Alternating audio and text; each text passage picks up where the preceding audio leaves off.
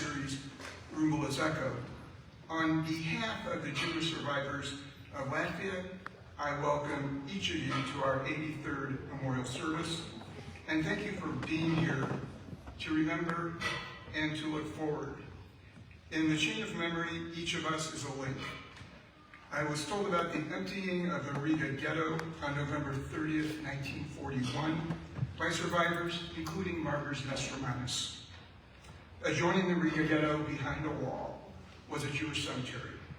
That evening, the Jews collected the remains of about 800 souls left on the ghetto streets, took them to the cemetery, and buried them in the frozen ground. They recited the Kaddish.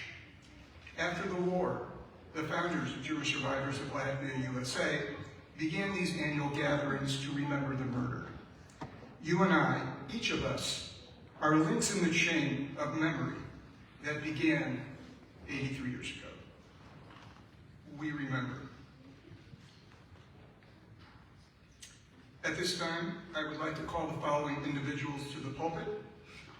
President Emeritus of Jewish Survivors of Latvia, David Silverman.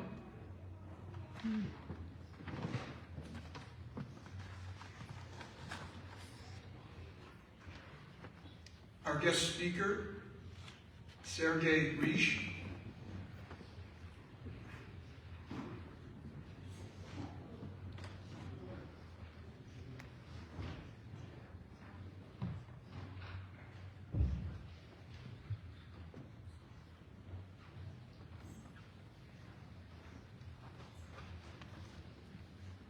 President of Jewish Survivors of Latvia, Dr. Charles Springfield.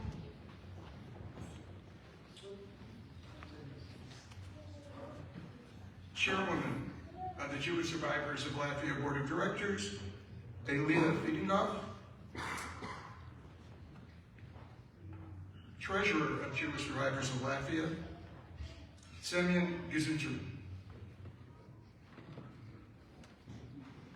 And I would also like to recognize JSL Secretary and Editor of the Courier newsletter, and also the editor of the new book, Dr. Ivar Brode, who is busy taking photos and making things work, and also JSL board member, Raphael Nehausen, who we'll hear from soon. Beloved JSL Executive Vice President George Schwab would be here, but is home with a bad cold. He sends all of you his warm regards.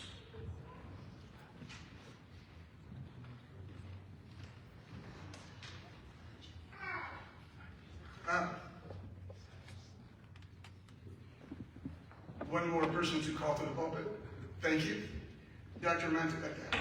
Cantor Mantovani, please come to the pulpit. It's Malovani, not Mantovani. Did I say Mantovani? Yes, you did. Too little sleep. I know my Malovani from Mantovani. On this side.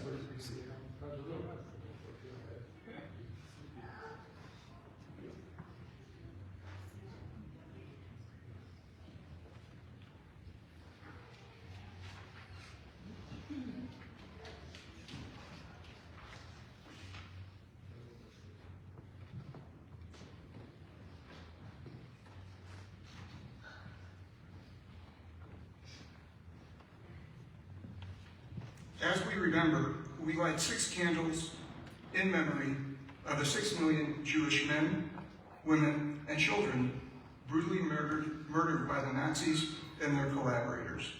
Please rise.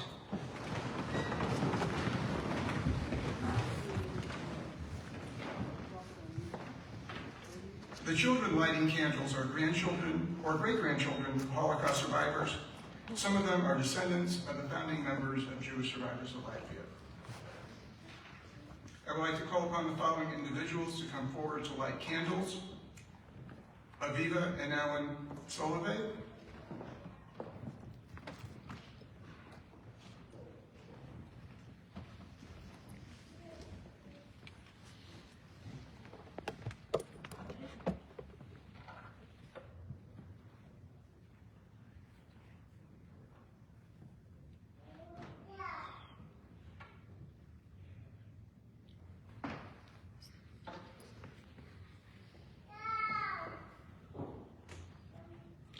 Brendan Silberman, Alana Miranda, Isaac Miranda, Joshua Rozov,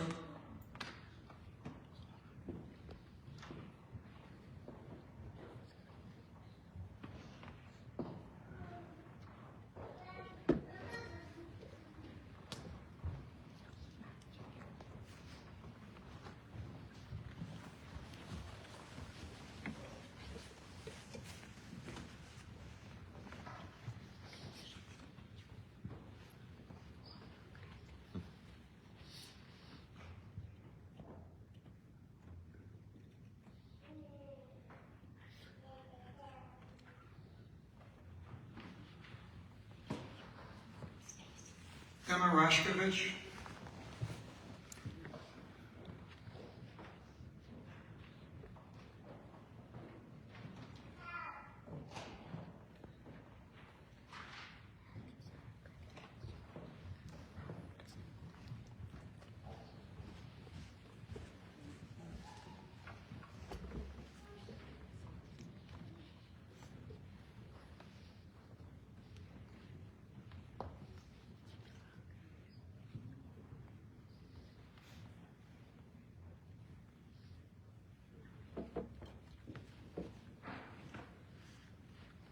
Anna Rishik,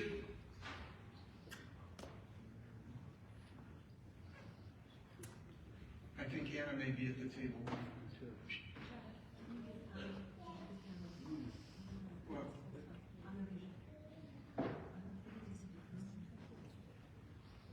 Sabella Khan, Sabella Khan, and Anna will come afterwards.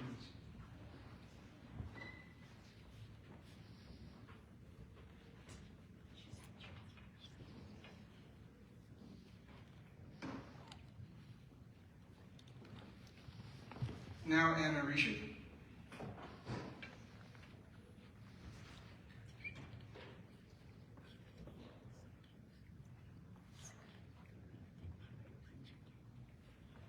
Bez Nehausen.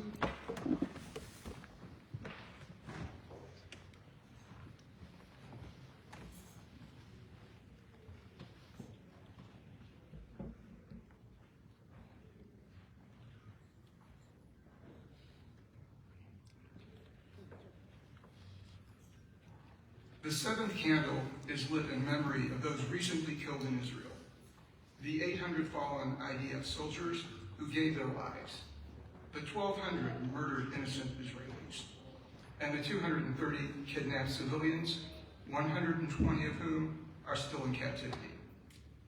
Bring them home. This candle will be lit by Eric and Lawrence Kruliak. Lawrence is a member of Friends of the IDF.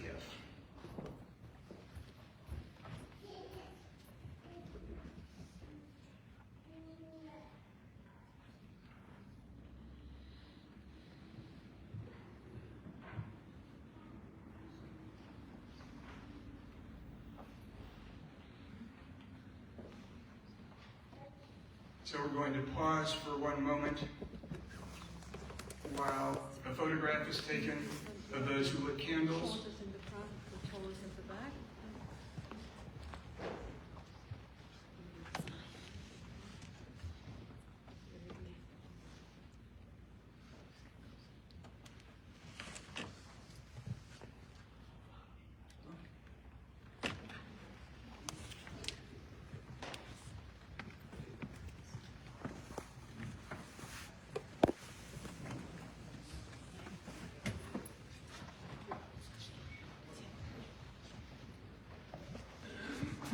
In memory of the 6 million and those killed in Israel, Cantor Joseph Malavani will chant El Malay Rachamim, and I will speak about the cantor following.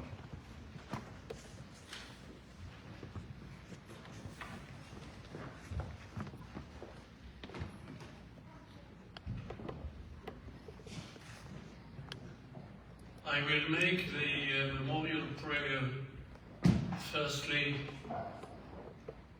for the Latvian Jews, of course, who were murdered, and will include the Chayalim, the soldiers. I was the captain of the Israeli Defense Forces many years ago, and all the others who were perished with this tragic event.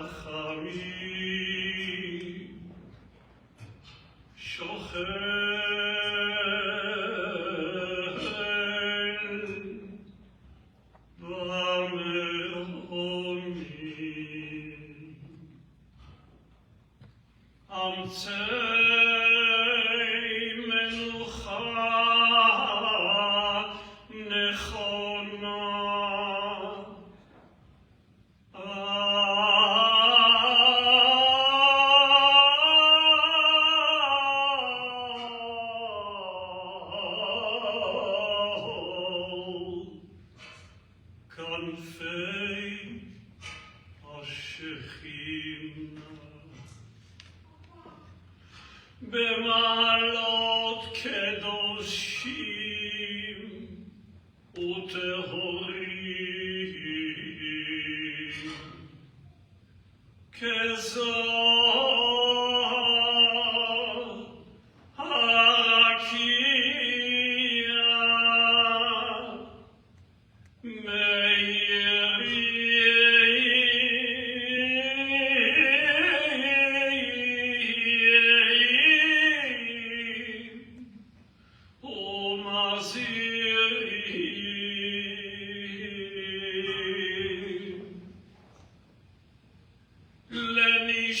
לנשמות אחינו ואחיותינו, אנשים, נשים וטף,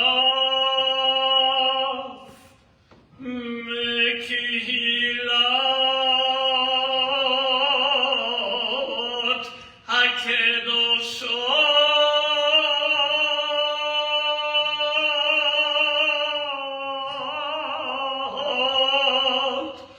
בלטביה, שנהרגו ונשחטו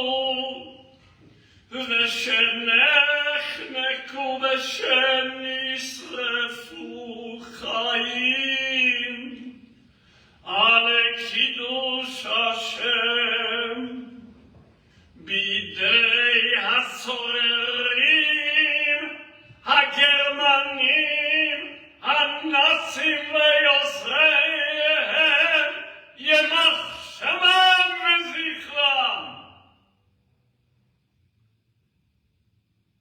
ושינחו לעולמם.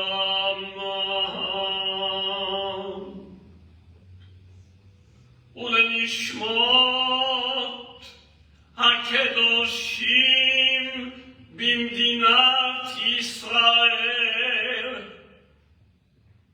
800 חיילים וחיילות וכל אלה שנרצחו בידי אנשי הטרור החמאס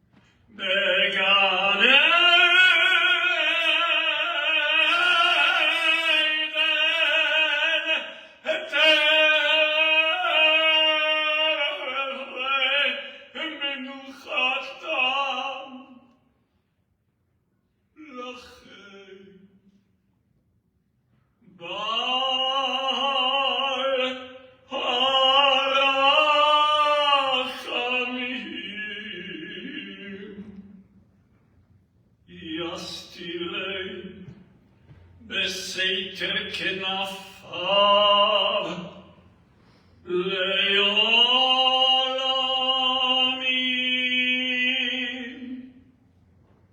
veitzrol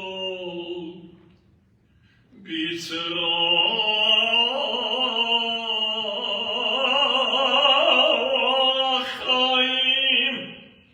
et nishmoteihem Adonai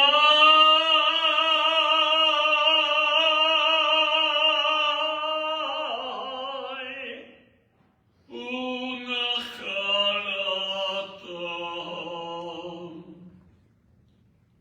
veyakumu leketz hayamim lechayotam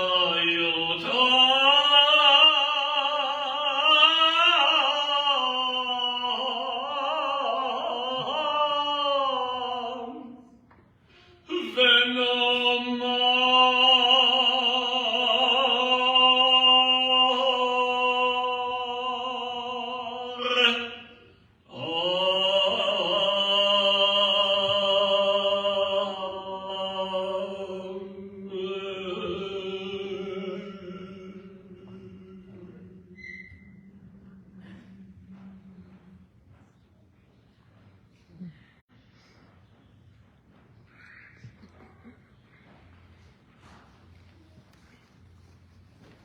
You may be seated.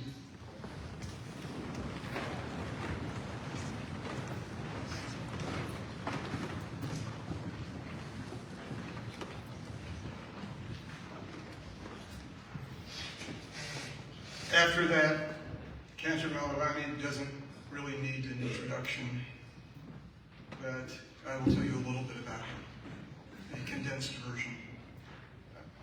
There's much more that can be said. Cantor Joseph Malavani is an Israeli-born American soloist who is world famous for his brilliant spinto tenor voice. He has been chazan of New York's Fifth Avenue Synagogue since 1973, more than 50 years, where he is cantor emeritus. The cantor is also a distinguished professor of liturgical music at the Philip and Sarah Bells School of Jewish Music at Yeshiva University. Cantor Malavani has kindly shared his world-renowned talents at this annual memorial for many years, and we are deeply grateful that he is doing so again today.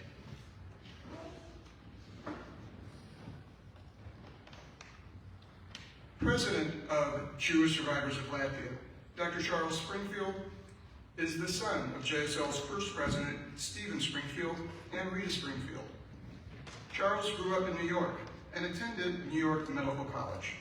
He practiced emergency medicine for many years in Redding, California. Later, he moved to Florida, where he is also an emergency room physician. In addition, he has published articles in prestigious medical journals. Charles has been a longtime member of the JSL. He has participated in many of its activities and has given most generously to its programs. JSL's president has been to Latvia at least 7 times to participate in international reunions, to further the organization's interests there, and to assist his father during the presidency of the organization, during his presidency of the organization.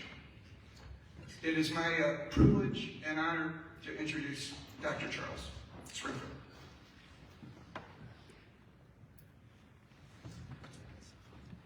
Good morning, and welcome on the 50th anniversary of the founding of Jewish Survivors of Latvia in the United States.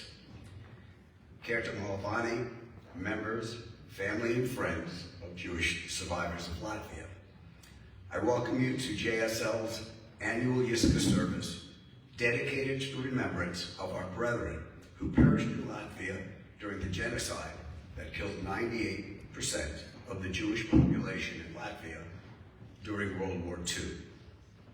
We need to remember our ancestors and together assure that we honor our commitment to never allow the world to forget what happened. We strive to reaffirm our goal of supporting the Jewish community in Latvia in its rebirth after the war, and particularly after its freedom from the Soviet Union. This year, for Jews all over the world, has been extremely traumatic.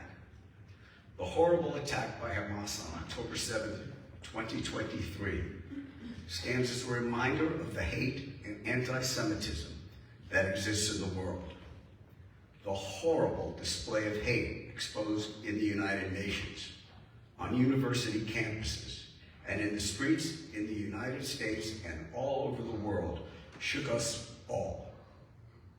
For me, it was the first time in my life I felt scared to be a Jew in the United States.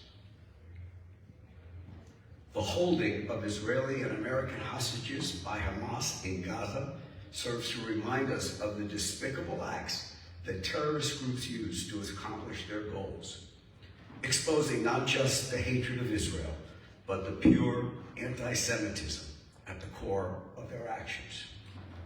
Recently, the horrific occurrence in Amsterdam, when after an Israeli and Dutch soccer teams match, an organized Jew hunt, arranged and organized on social media, reminded us of the depth and hatred present just beneath the surface in much of Europe and throughout the world.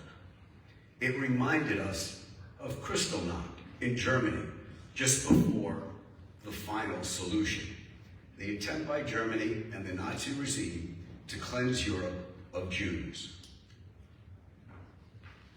Those events led up to the horrors in Latvia, trying to destroy through mass extermination the Jewish population in Latvia and the rest of Europe. Finally, last week, in a final despicable action, the International Criminal Court sought to indict Benjamin Netanyahu for defending Israel in both Gaza and Lebanon. This organization is now recognized in the United States and most of the Western world.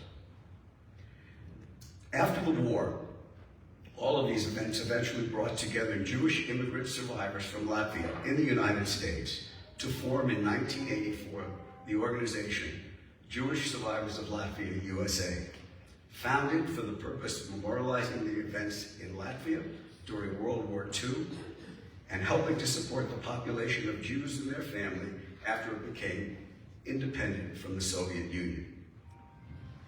The history of Latvia and the Baltic states is quite unique since the war in Latvia, after the war in Latvia became part of the Soviet Union. Latvia then became somewhat independent in 1989, and in 1991, with the fall of the Soviet Union, it became an independent state. It strived to become part of NATO and the European Union. After 1991, US citizens were able to travel to Latvia more freely, and these events allowed JSL to help support the Jewish population and highlight the necessity of Latvia to address the history of the Holocaust.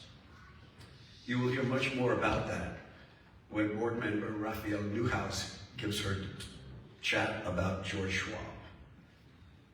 Much has been accomplished by the growing Jewish population in Latvia, and I can say proudly that this organization and your participation was part of that growth and development.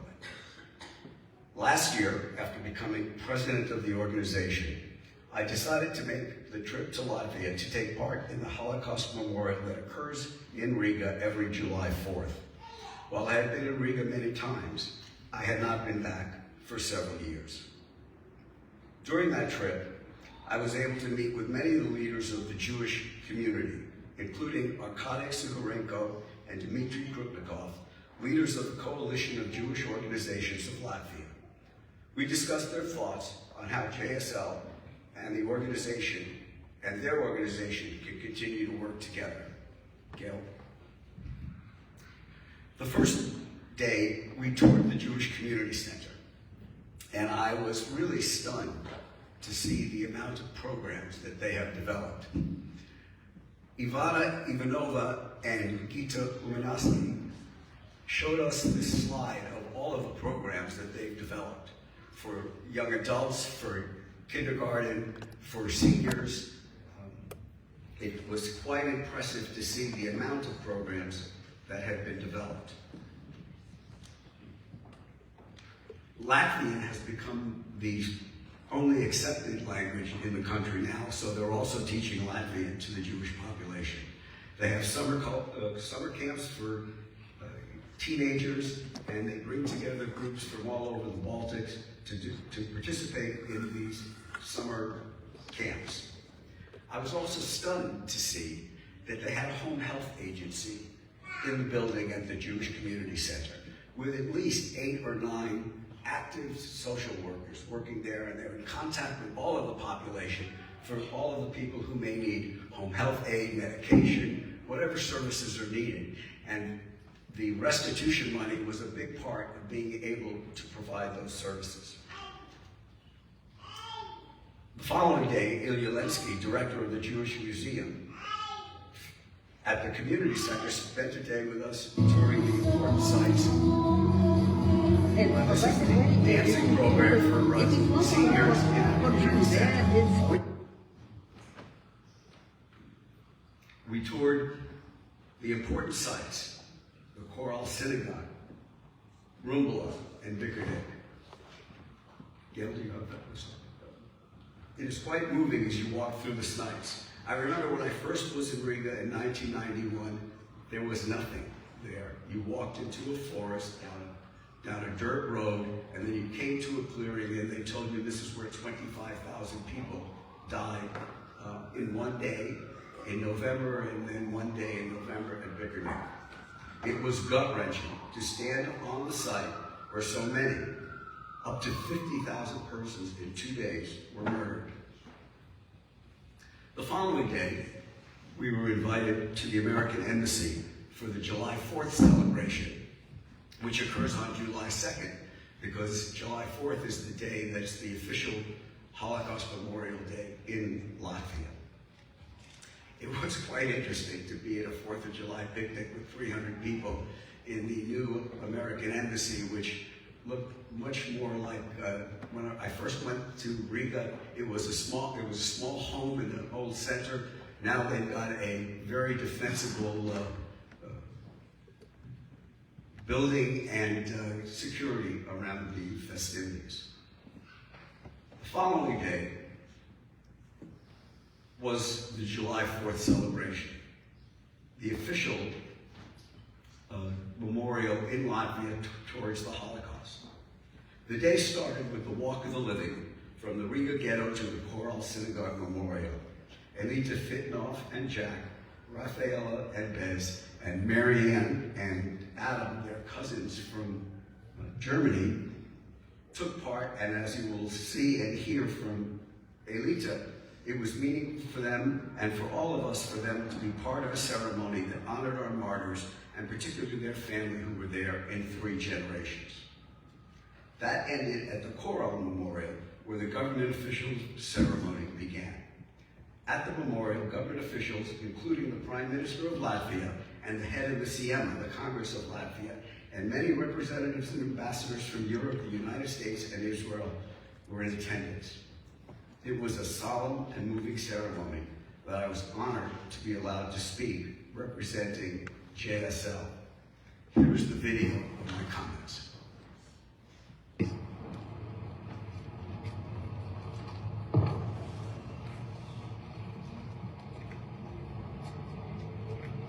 Madam Prime Minister, Your Excellencies, 31 years ago, in June 1933, during the World Reunion of Latvian Jews in Riga, I stood on this site for the dedication of the Wall of Tears Memorial. The site of the heinous murderous act of the burning of the synagogue to the ground with the doors chained, with hundreds of praying Jews inside. During that ceremony, Stephen Springfield, a founding member and first president of Jewish Survivors of Latvia, spoke passionately of the horrors he witnessed and experiences starting in 1940 when he was 18 years old. The Soviet invasion of Latvia and the subsequent Nazi occupation.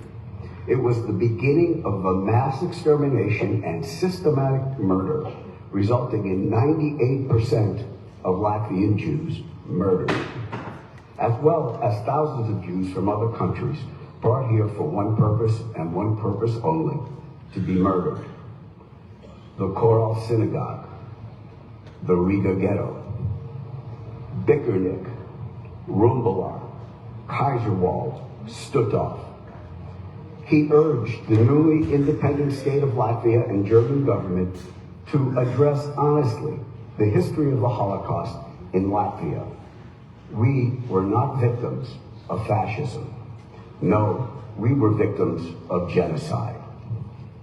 To address the truth of what occurred by the actions of the Nazi perpetrators and their local collaborators. To address the revisionist history to assure that future generations were taught the truth of what occurred in Latvia, particularly in the schools and their school books. To address the moral outrage in 1993 of the perpetrators obtaining a pension while the small 120 so survivors could not afford the basic necessities of life. He highlighted the need to place adequate memorials at the sites of the killing fields of Bickernick and Rumbala. He also spoke with great urgency of the need of the second, third, and all future generations to commit to remember and reinforce the memory and history of what occurred to our martyrs, and never allow the world to forget what happened. So when the last survivors were no longer with us, he would not allow the world to forget what was done to us. Stephen Springfield, my father, died 5 years ago. And so we, of the next generation, and our organization recommit to that goal. Thankfully, much of what he spoke about that day has been accomplished in Latvia with the Jewish community, now including the restitution settlement, to help the growing Jewish community get further established. However, as the events of October 7th and the explosion of anti-Semitism around the world, and particularly in the United States, with violent demonstrations and open aggression against Jews in the streets and horrifyingly on university campuses, we remember the brown shirts. We remember Kristallnacht, the horrible and blatant anti-Israel action of the United Nations and its Secretary General, who could not even bring himself to condemn as terrorism the actions of Hamas, stating that it was complicated. No, it was not. So we stand here today and recommit our responsibility to never allow the world to forget what happened, and to be aware that the winds that blow may change directions at any time. We commit to staying ever vigilant and sensitive to that possibility. Thank you all. The next two slides will show the ambassador from the United States and Israel that we met with before and after, and it was quite emotional, both the ceremony and the support we had from both the Israeli and the American ambassador. Upon the conclusion of our trip, I thought about what new directions and goals JSL could set for ourselves to continue to support the Jewish community. Thankfully, with the restitution settlement, it's relieved much of the economic burdens from the Jewish community now being self-sufficient. As we, an organization, go forward, I believe the next generation getting involved is critical to continuing our mission. And I'll bet Bez Niehausen will come up and play a perfect example of what support this organization needs. I also think we can help move forward by sponsoring exchange students from Latvia to the United States and from the United States to Latvia. Many of us remember the Kinnor Choir from Riga doing 9 concerts in the USA, organized and supported by Jewish Survivors of Latvia, exposing many Jewish communities in 9 cities across the USA to learn our history and our sorrows.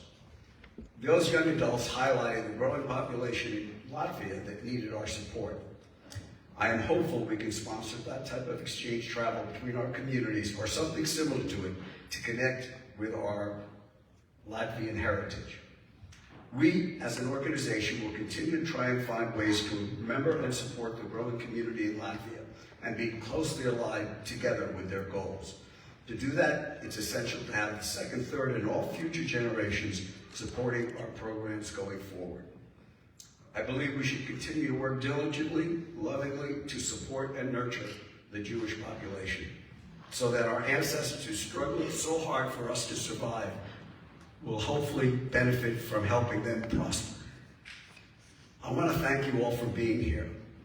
I'm proud of what this organization carries out and look forward to speaking with you all today. Before I close, I want to highlight two of our longtime leaders of JSL, the first being Ivar Broad. Dr. Broad was likely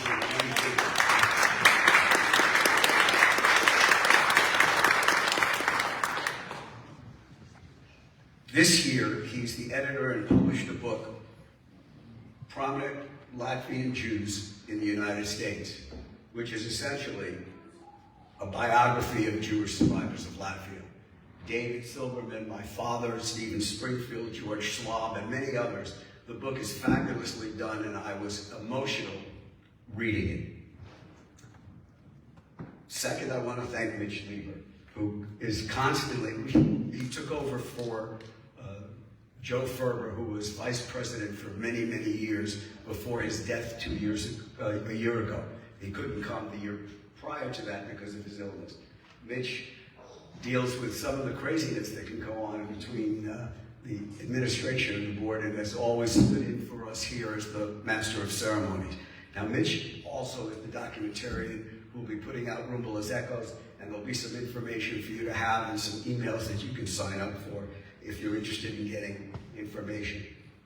And finally, I just want to mention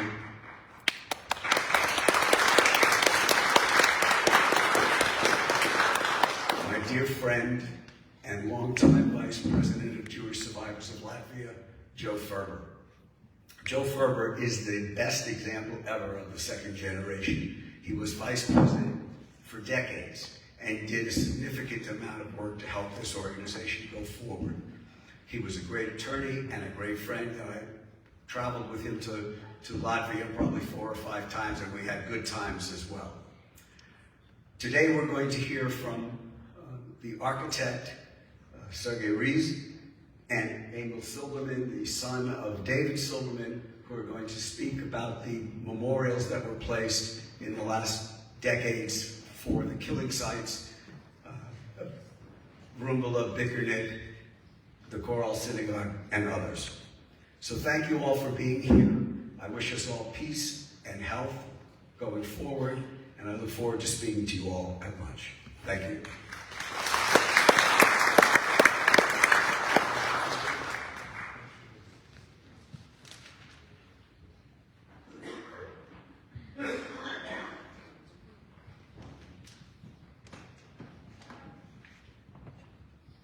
Thank you, Charles, very much. Today's featured speaker, architect Sergei Rees from Riga, speaks Russian. Dr. Emil Silberman is providing the English translation, I believe, on his screen. Emil Silberman was born in Yizkor, Latvia in 1960. His parents, David and Bella Silberman, were notable Zionists, refuseniks, and human rights activists in Riga, and of course David Silberman has continued his activities in the United States. Emil Silberman is a physician and an artist. So that's a little bit about the translator.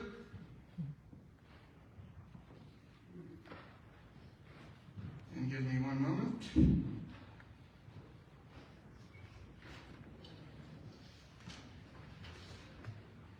And now, about introducing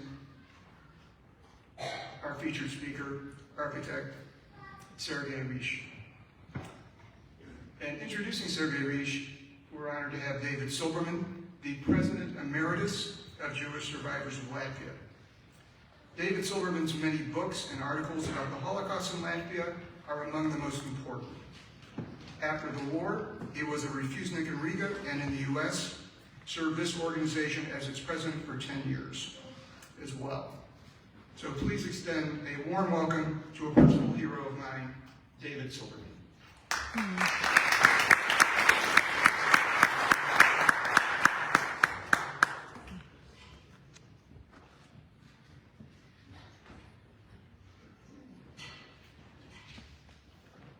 Thank you very much. I would like to introduce the architect, a remarkable person, Sergei Rish.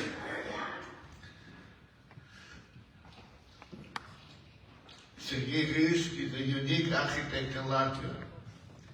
He dedicated his life to commemorate places in burial of Jews, victims of Nazi atrocities, and to restoring places of Jewish heritage in Latvia. Being a modest man, Sergei's work and his achievements are largely unknown to people outside Riga, who were also not involved in this project in the past few decades. Sergei used his talent, creativity, imagination, and skill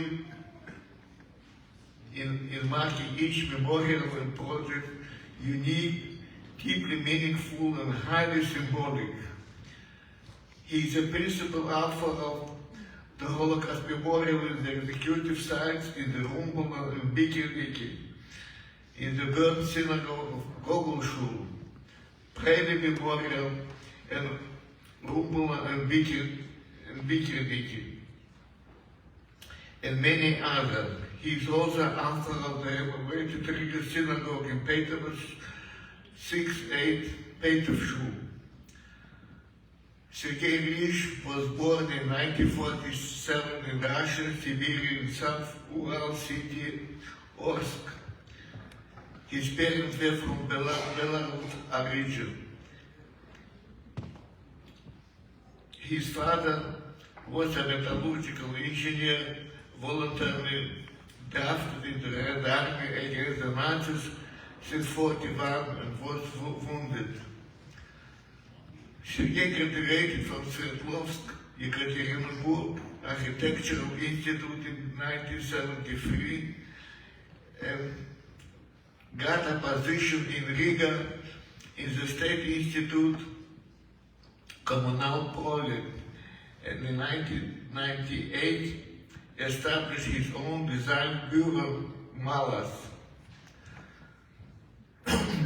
Working at Communal Project, Mr. Rish was assigned to design and get approval of the Bikirniki Holocaust Memorial.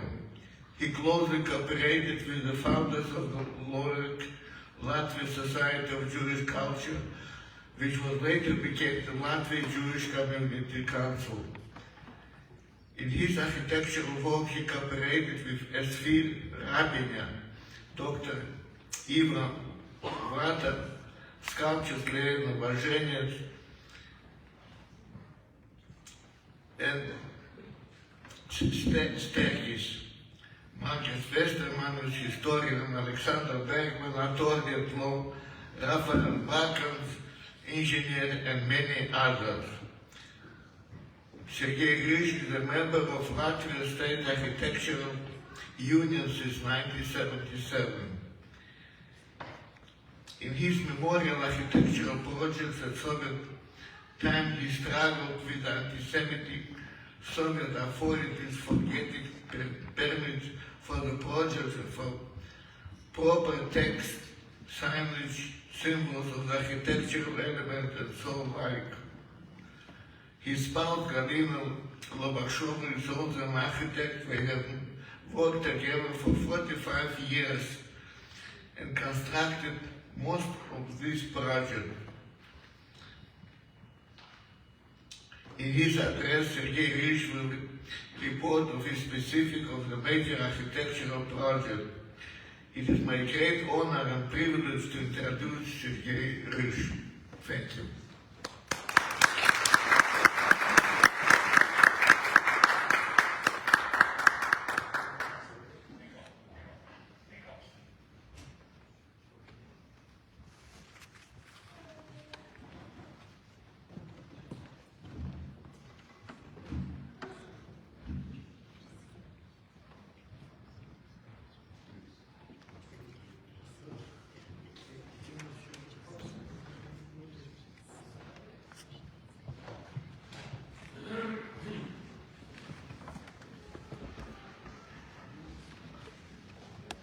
I'll be giving a very brief English summary, and Sergei will elaborate on all the projects that were created in Riga.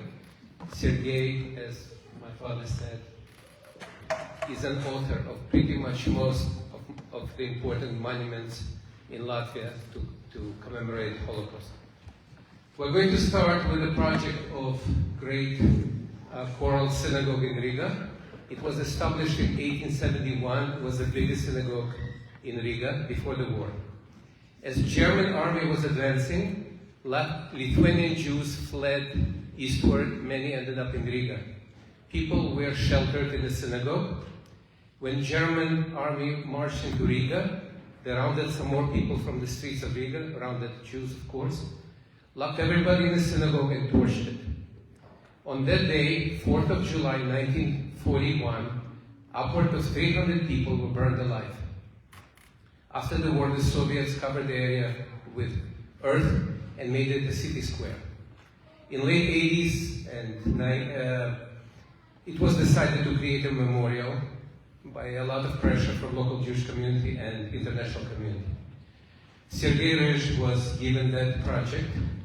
They unearthed the foundation of the synagogue and have erected some of the walls to define what was a synagogue. Today, it's a site of Holocaust memorial in Riga, and some of you have attended those ceremonies. Sergei.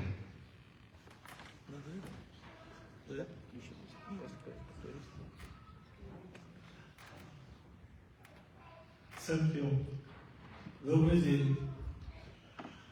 Хочу вас от всего сердца, от себя и от своей супруги Галины и одновременно коллеги поблагодарить за такой прием, приглашение к вам сюда, в это прекрасное здание, в этот замечательный город. Меня переполняют чувства. Я никогда, наверное, последние лет 20 так не волновался. Поэтому я постараюсь рассказать кратко, что я знаю. Тебе дать время перевести? Вот. И у меня очень серьезное предупреждение со стороны моего ангела-хранителя здесь. Он сказал, что если я не уложусь в отведенное мне время, то через 25 минут я превращусь в тыкву. Я постараюсь, мне не хочется быть тыквой.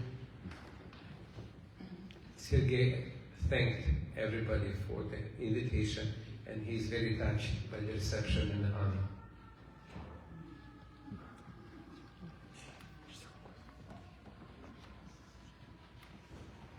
На фотографии вы видите большую хоральную синагогу в Риге, построенную архитектором Паулем фон Картенаком в 1871 году.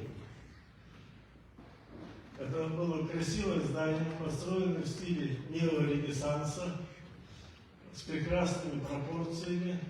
Очень редко, когда синагоги стоят совершенно свободные, и у нее работают все фасады. 4 июля 1941 года нацисты и их приспешники хватали на улицах евреев, в том числе к ним попался известный историк Дубнов.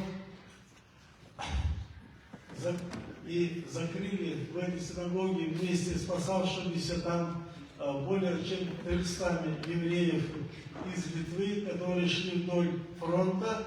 Их советские заградотряды военные не пустили в тыл, и они спасались в этом здании. И вот их всех закрыли и сожгли там. После войны здание имело такой вид. Советские власти обрушили все стены, все, что было выше уровня земли, было вывезено на свалку, а сверху насыпан чернозем и разбит сквер ударников социалистического труда, за доской почета. Еврейская община Риги доверила мне заняться возможным восстановлением или найти следы этого объекта на этой территории. И мы предварительно от общины поставили памятный камень со звездой Давида, что здесь будет сооружен мемориал в память о погибших людях и этом замечательном здании. Подняты были исторические материалы, проведены предварительные раскопки, и мы нашли стены здания, раскопали вплоть до пола подвала, который был не тронут, совершенно целые стены. Но никаких следов пожара в подвале не было, ни вообще никаких следов, ничего, не мебели, ничего. Вот. И, значит, мы с коллегой, архитектором Гунты Свигла, сделали проект, и из кирпичей, которые были найдены при раскопках, подняли стены синагоги до уровня 2-го этажа. Во время раскопок, я немножко оговорился, мы нашли в печи, в подвале в печи нашли серебряный пасхальный медальон. Видимо, какая-то девушка, женщина, погибая, спрятала его там. Это все, что от этого человека осталось в жизни. И были найдены удивительно позолоченные магендовиды, которые венчали фронтоны этой синагоги. И вот в таком виде мы создали памятный мемориал синагоги. На переднем плане вы видите 3 стальные плиты, которые покрыты медью, с историей синагоги и ее трагедии. При открытии синагоги это был один из вариантов восстановления синагоги, чтобы создать там музей истории евреев Латвии. При открытии мемориала присутствовал уважаемый Стивен Шпильберг.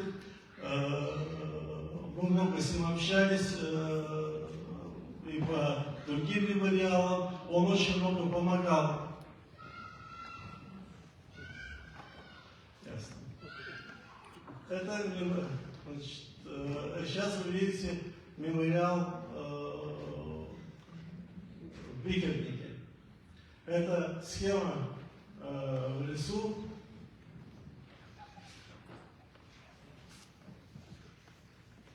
I'm going to tell you about Bikerniki. Bikerniki is a forested area on the outskirts of Riga, where many people were brutally murdered during World War II by Nazis and Germans.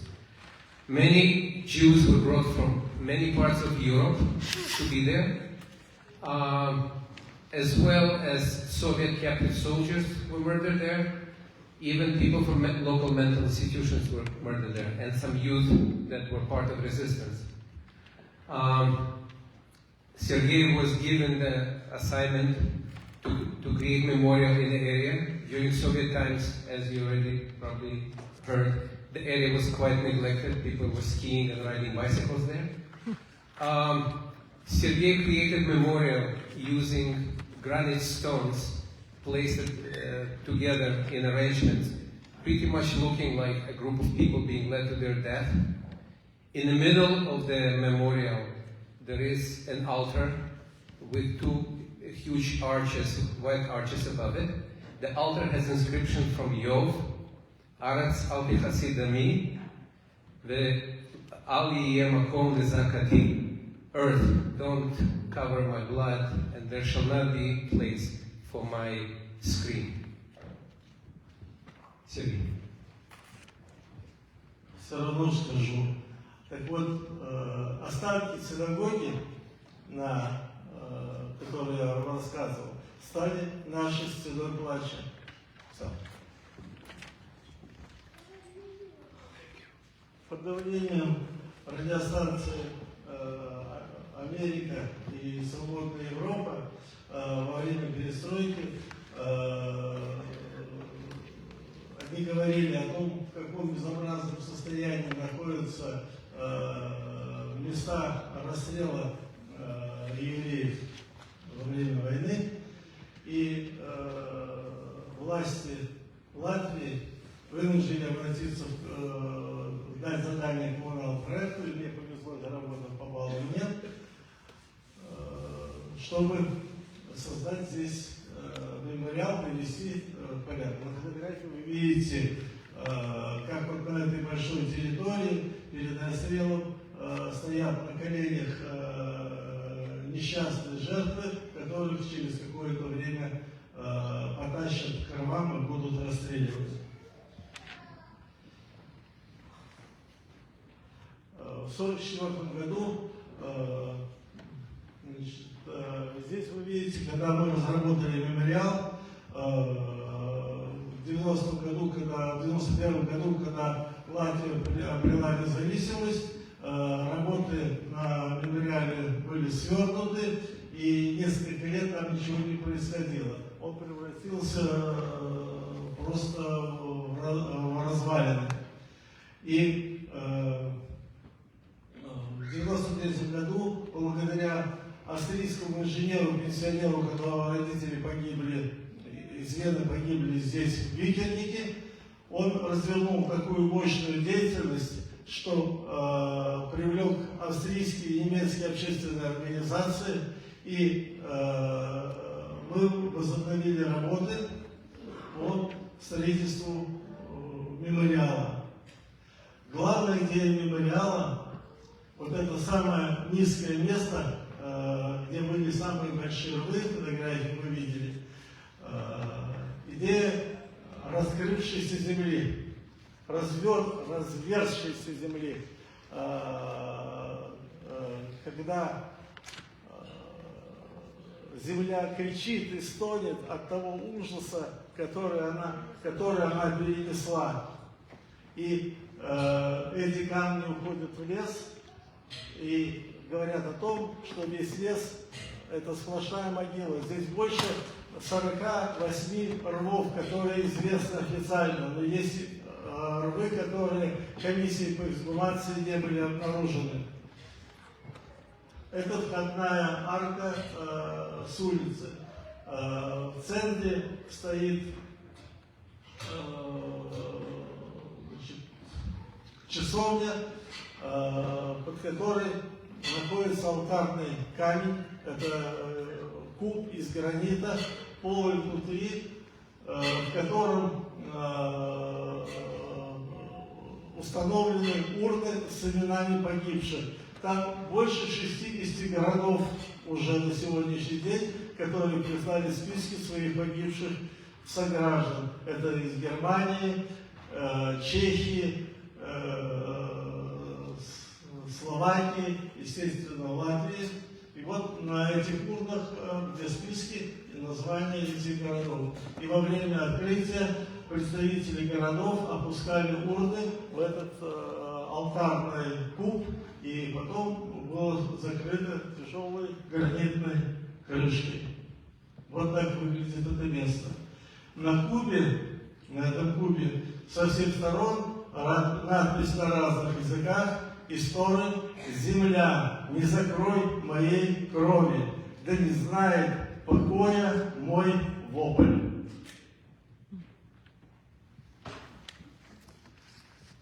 Это вы видите в разное время года, естественно, фотографии. То есть есть полное ощущение, на мой взгляд, что эти камни живые. Это вот семьи, друзья, родные, старшие закрывают младших. Вот это колоссальная катастрофа, которая потрясла Латвию. Так оформлялись нами расстрельные рвы. Вдоль дороги стояли столбы, обелиски со знаками, символикой Магендовит.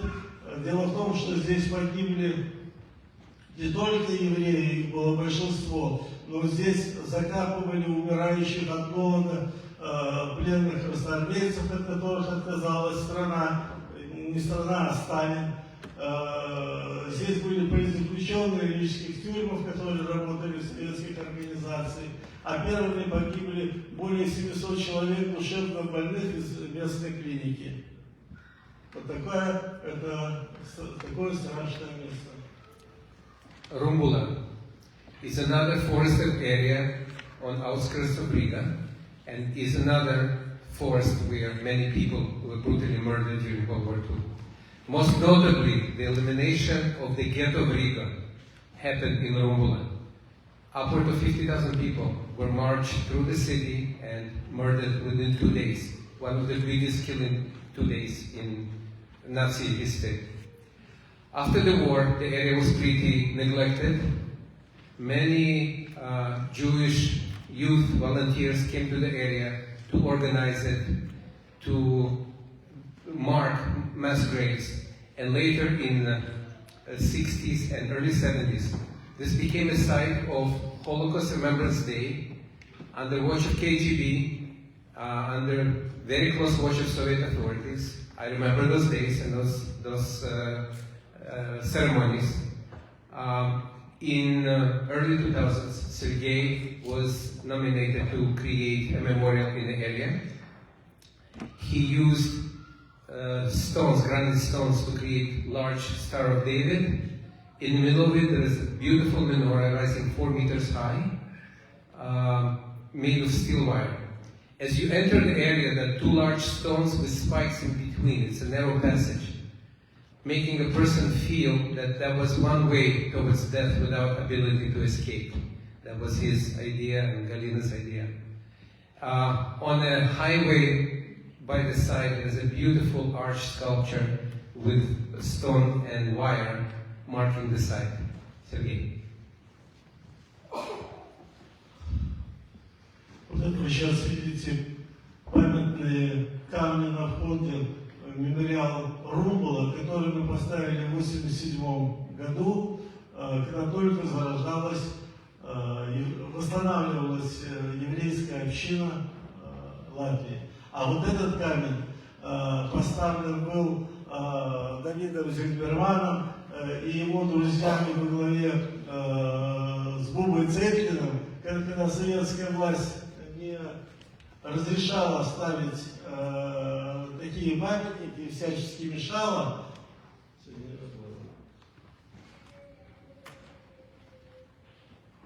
Не получается. Вот, поставлен был текст на идыш написан. Это единственное, что они могли тогда сделать. Даже в дни памяти вокруг мемориала стояли, вот он так выглядел. Это Давид с друзьями сами за свои средства пытались привести расстрельные рвы в порядок. А людей, которые родственников или просто хотел кто-то помянуть память, стояли заградотряды из милиции и дружинников и не пускали людей к могилам своих родственников. Это был кошмар. И это макет памятника со стороны улицы. Так вот, это установка его. Значит, в Рубльском лесу 30 ноября и 8 декабря были две массовые акции, во время которых было уничтожено все рижское гетто. В основном старики и дети, потому что, особенно в первый раз, мужчин угнали на работу, они не могли даже ценой своей жизни защитить своих близких. А до этого за день или два всех просчитали убийцы, кто не сможет добежать до Рубла, это 10 километров по ледяной дороге. Значит, детей и стариков убили, а вечером мужчины пришли и их заставили разбирать трупы своих близких. То есть это было просто страшнейшая катастрофа, бесчеловечная. И что-то сегодня это напоминает.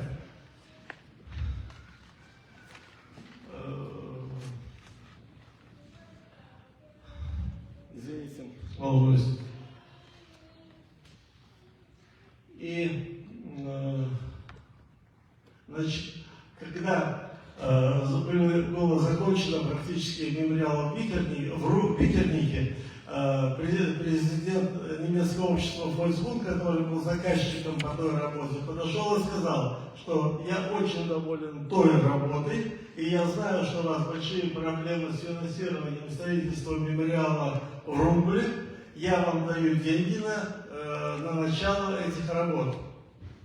Мы разработали с Галиной проект и начали работы по строительству, и уже вот в это время, когда пошла информация о том, что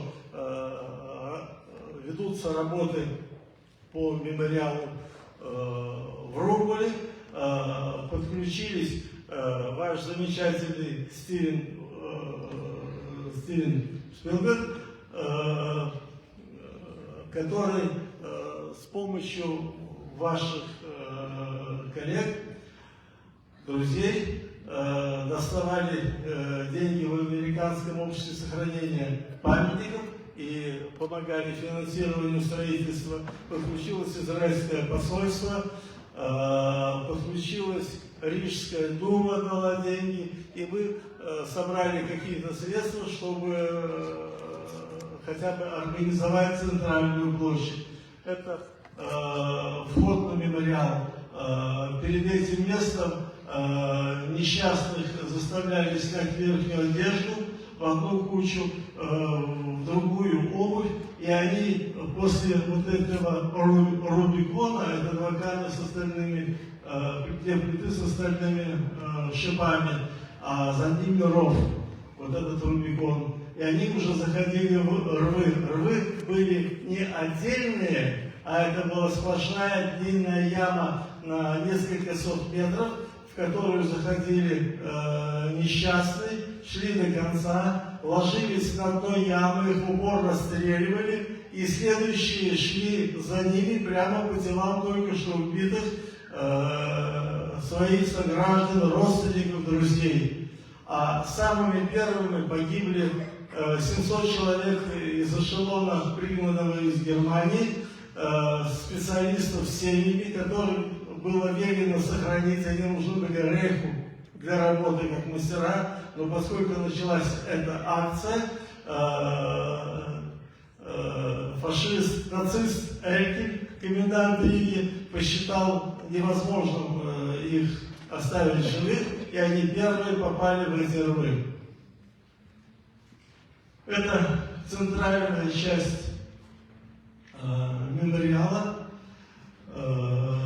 Главная идея в том, что мы в виде Магентовида, вы видите лучи звезды, обозначили условно, символически, как линию улиц гетто, и на них выбиты названия улиц гетто, а камни с именами погибших – это дома гетто. На каждом доме, на каждом камне семья или несколько семей погибших в гетто. А обожженная, сожженная минора, которую вы видели, выпьет,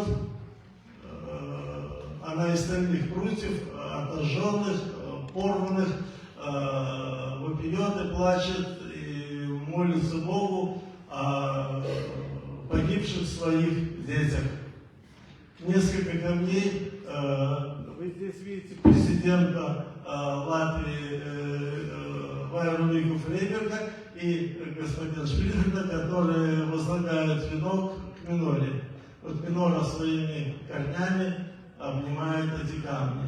Некоторые камни, условно, как люди сбежали и пытались спрятаться в лесу, но невозможно. Даже те, кто случайно выжили при расстрелах, пытались убежать, их местные жители сдавали обратно нацистам, потому что оказание помощи евреям каралось смертью. Тем не менее, две женщины остались живы, с ними хорошо был знаком Давид. Он уговорил их написать книги, воспоминания о той катастрофе, которую они пережили, и помог им издать эти книги. В этом смысле Давид просто уникальный человек. Он сам первый написал книгу о Жане Селипке. Это латыш, герой, который спас во время войны больше 50 евреев, вывез их из гетто. Это уникальная личность, и который привлекал своих друзей, латышей, спасать и прятал у них евреев. И Давид добился, чтобы ему дали медаль спасателя. Уже пришли к синагоге. Okay, maybe we can go to the beginning of synagogue. Synagogue on Pietov Street is the only remaining synagogue in Riga from pre-war area. It was erected in 1905. During the war, interestingly, a priest from a church across the synagogue took in Torah scrolls and holy books and kept it under huge risk and returned it after the war to the synagogue. In late 80s and 90s, the synagogue needed repair, and a project of restoration was decided upon, and Sergei was once again nominated to lead this project. Sergei did a tremendous amount of research to unearth documents and information, even from eyewitnesses, to know about the synagogue. And he restored every single detail in that synagogue during the years 2007 to 2009. The synagogue now stands in its beauty and glamour. Whoever visits Riga, I strongly urge you to visit the site. Sergei.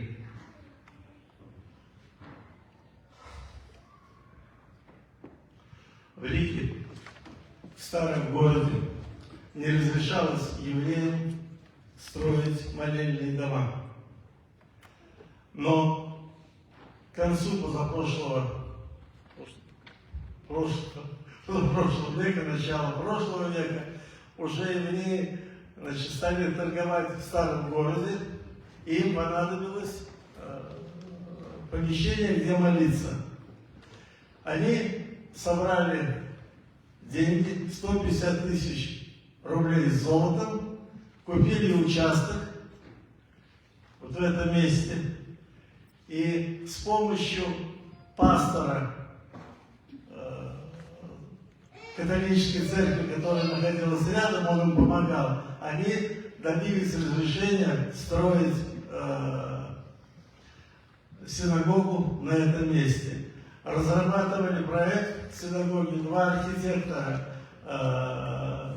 Вильгельм Лейман и Герман Зейберлих.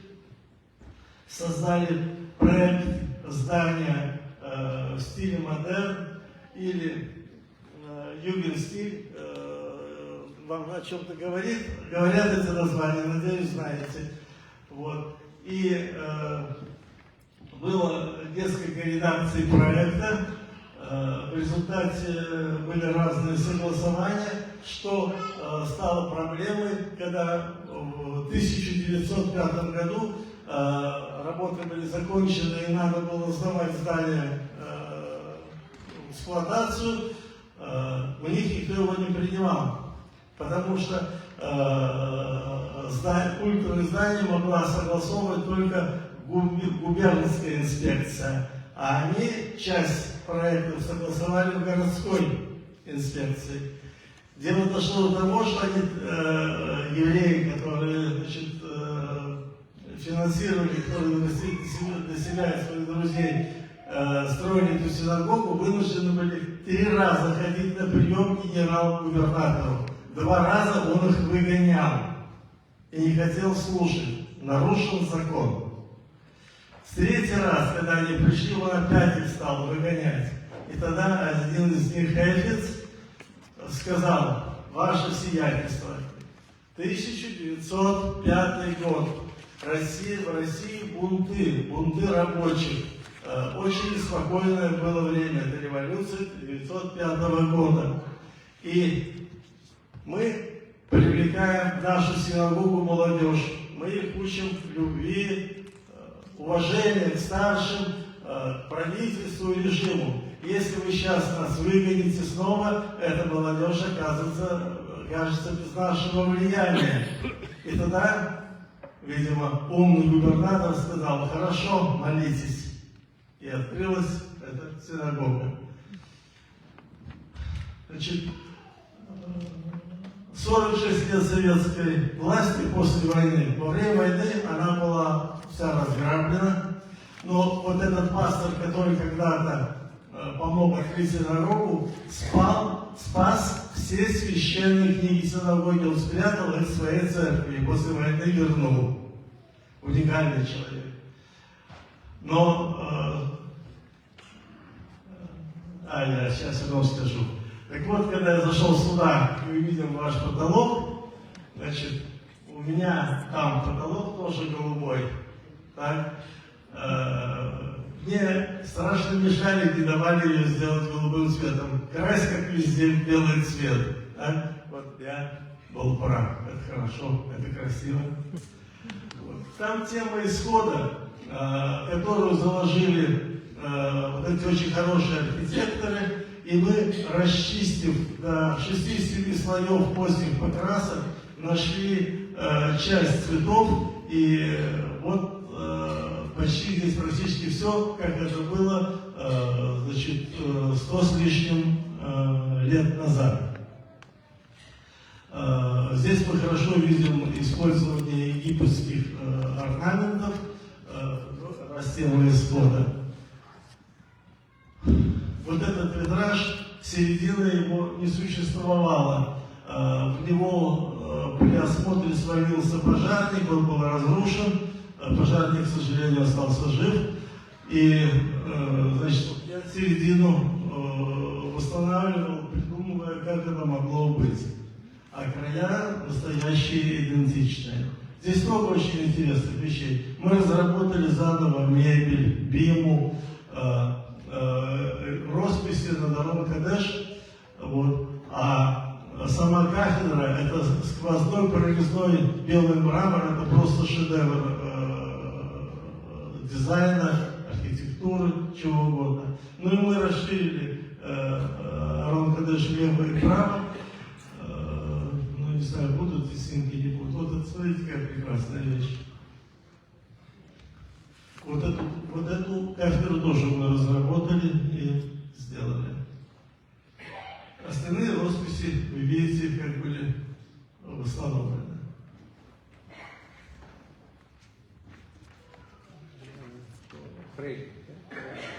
Okay, Preili is a small town in western Latvia, where my family is from.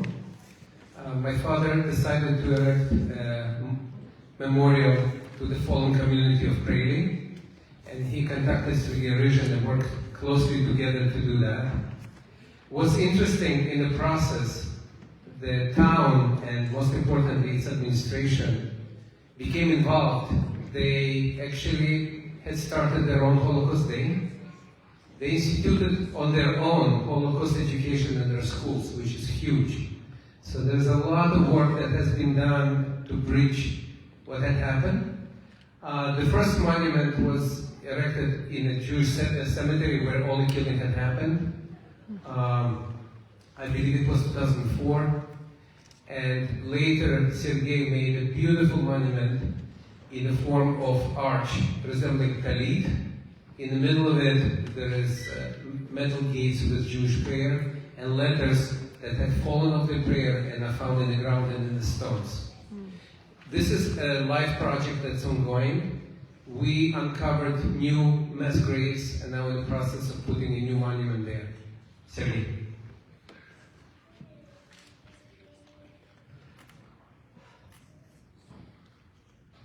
Тяжеловато сегодня, ну ладно.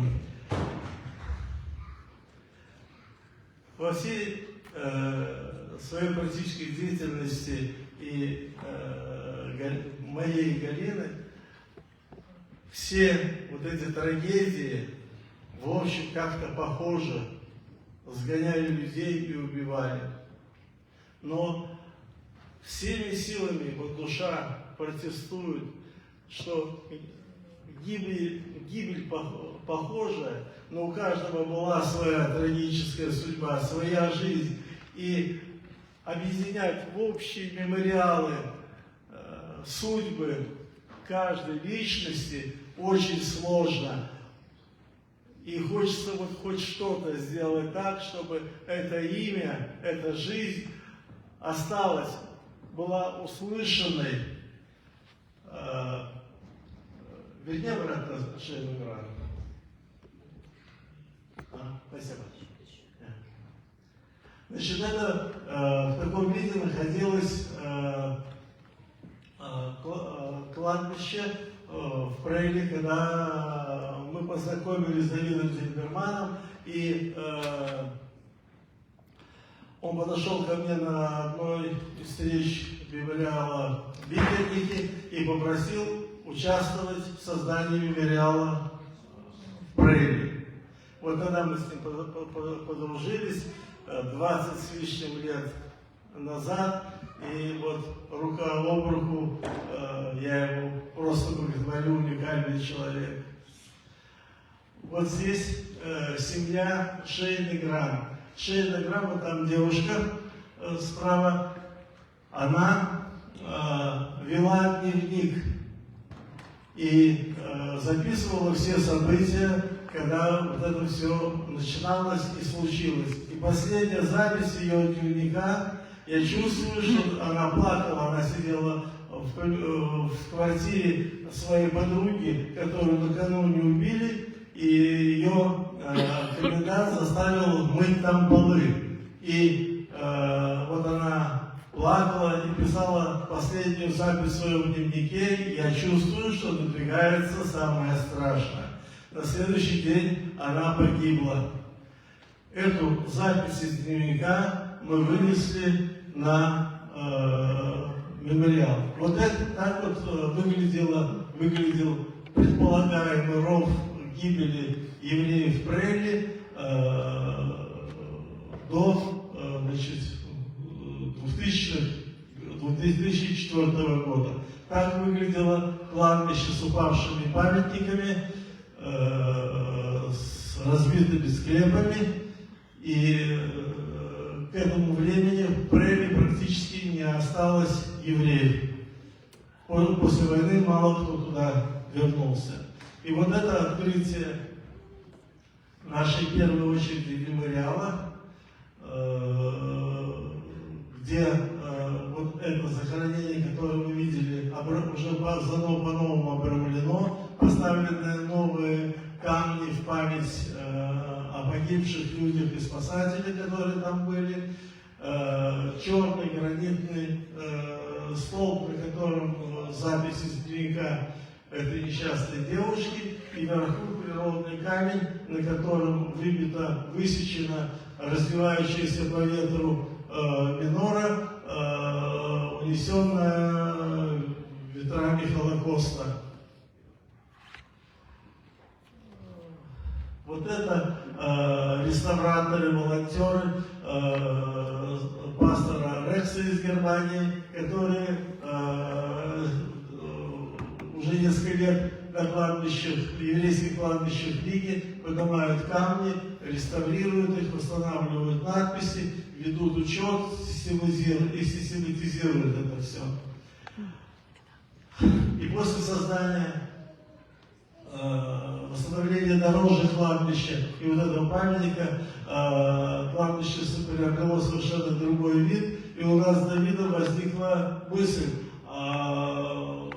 как же, там же была синагога на кладбище, были ворота на кладбище, то есть жила община, и ничего не стало. И появилась идея, желание создать ворота, памятник общины евреев Прейли. В Прейли было 800 всего 1600 жителей. Половину из них, 800, нацисты и их приспешники убили. Пьяные соседи тащили несчастных к этим барбам, расстреливали их, потом выгребали из кармана, что у них там было ценное, и шли, хвастались соседям. Из домов была вытащена мебель, и все забрали соседи на сохранение. Сейчас в их домах живут другие люди. В доме Давида живут очень приличные люди, которые дом привели в хороший порядок. Они каждый раз встречают хорошо Давида. Так вот, во время открытия вот этих ворот, ворота были открыты. И когда кончилась торжественная часть открытия этого памятника, мы ворота закрыли на замок. Общины больше не стало. Остался только памятник об этой общине. И буквы иврита осыпались на плиты и застыли там, как память об общине. И теперь важный момент. Вы видите, исторический забор кладбища, это вообще сам по себе очень интересное сооружение. Это сборная конструкция из столбов и плит. Это бетон. Но они очень старые, за ними никто не ухаживал, они падают. А напротив этого забора, вот здесь вот, мы после долгих поисков нашли все-таки ров, где были расстреляны евреи. Я впервые в жизни, работая на мемориалах, видел всякое и знаю кое-что, да? Но когда я из этой грязи вынимал детские туфельки, женские туфли, даже какие-то модельные обувь, я нашел женскую сумку кожаную, я ее расстегнул. Там лежал кошелек, расстегнул кошелек, там была монетка лежала, все, что оставили эти гады. И там же лежали очки, совершенно целые очки в металлической оправе, со стеклами. Вот это все я отмывал, складывал, потом передали в музей, и там сделали шикарную выставку. На переднем плане вы видите вот эти очки. Всю обувь сохранили, от детской до мужской и женской. И сейчас с Давидом и его замечательными сыновьями мы хотим сделать последнюю очередь мемориала. Это память, раз мы нашли это место, вы видите, вот это будет, мы бы хотели, значит, на этой стене нанести, поставить, закрепить стальные пластины с именами всех погибших. У нас есть эти списки. Да? Вот это один из вариантов. И до этого отремонтировать, естественно, эту стену. А напротив ров, в котором погибли несчастные. К сожалению, мы перепахали всю эту территорию. Я условно говорю, перепахали, мы просто искали, и где нашли другое качество земли от сожженных дров и так далее. Вот. Там мы нашли единственное место с останками. были детские черепа, которые провалились между сожженных, сгоревших досок, и обувь. И вот на этом месте, как продолжение той миноры, которая на камне нанесена Холокостом, здесь будет объемная минора, как дерево, большая эта тема, как бы нас не покидает. И вот это Давид и его замечательная супруга, светлая память. И вот мы это хотим сделать. Мы подали в Центр реституции еврейской общины с просьбой финансировать. Нам на первом этапе отказали, сказали, что там уже очень много чего сделано, и в других местах ничего не сделано, поэтому, значит, пока ограничьтесь тем, что есть. Значит, я не знаю, в какое место этим чиновникам надо постучать, чтобы до них дошло, что имя каждого человека, даже ушедшего, священно. Когда они это поймут, изменится наша жизнь, наверное. Спасибо большое за внимание, за терпение.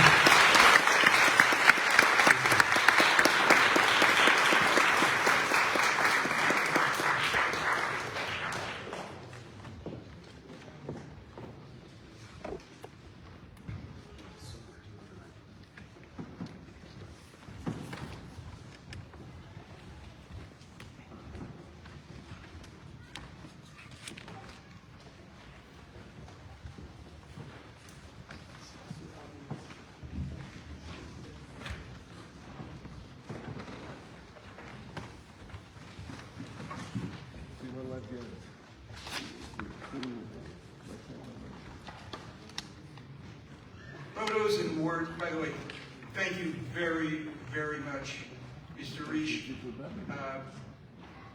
I can tell you that photos and words provide only a taste of Mr. Reish's work.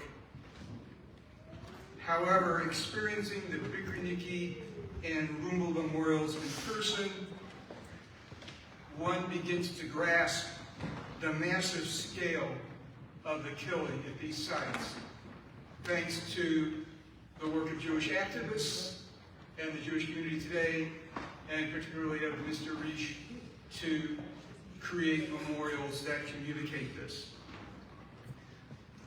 In Praline,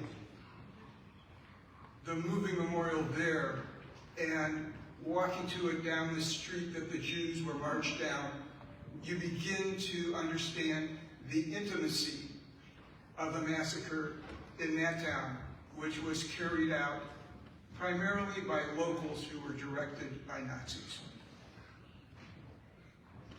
At the Petov Shul, you'll really, if you're fortunate enough to go there, you'll be surrounded by beauty different really from any architecture I've seen and probably you'll see in the United States.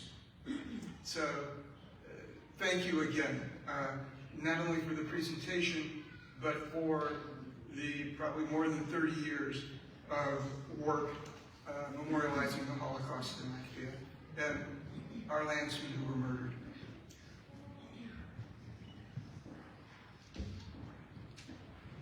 Raphaela Nehausen is the youngest board member of Jewish Survivors of Latvia, but has many important accomplishments.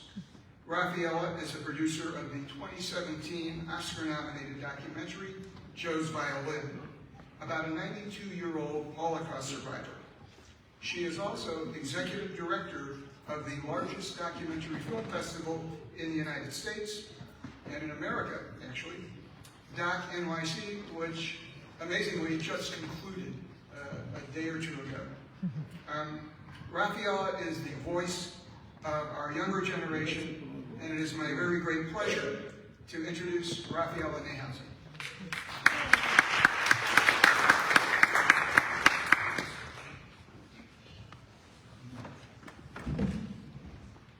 Good afternoon, everybody. I'm Raphaela Nehausen. It's a pleasure to be with all of you today. I'm curious, how many people here are joining us for the first time? Raise your hand. Amazing, thank you. Welcome to all of you. It's lovely that you're here and I hope we get to meet you. As a recently joined board member, I personally wanted to learn more about the history of this organization I was joining. So last April, I met with the patriarch, Dr. George Schwab, and went to his beautiful Upper West Side apartment, and over some delicious tea and pastries, I asked him some questions. I learned that the original organizer of these annual meetings was Max Kaufman, someone George remembers as a lovely, lovely man. The purpose of the gatherings was twofold: remembering those who had been killed in the Holocaust and trying to find out more information about those who were still missing. George attended one of these very meetings for the very first time with his mother Clara, shortly after his arrival in New York in February 1947.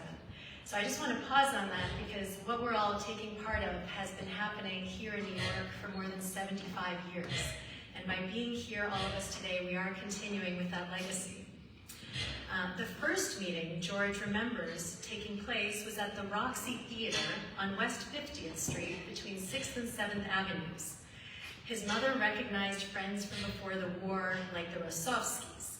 George was very happy to see Max Kaufman, of whom he still today has a vivid memory of running into during the war in Kaiserwald. After the war, actually, for those of you who don't know, Max Kaufman wrote the powerful book, The Destruction of the Jews in Latvia, an eyewitness account, and provides extensive details about those horrific warriors. Max also became the main organizer of the Jewish Survivors of Latvia, and George calls Max the Shoresh, which is the Hebrew word for root, and the brain of the organization. The annual meetings shifted to the Park East Synagogue, right here where we are today, sometime in the 1950s. And the format was similar to what we're doing now: speeches, prayers, Yizkor, and a social gathering over lunch, which I promise we will get to. The language, it was a mix of imperfect English, German Yiddish, Baltic Yiddish, and the meetings were about remembering the murdered and helping to find any connections to the living. Years later, JSL became a registered nonprofit in New York in February 1984.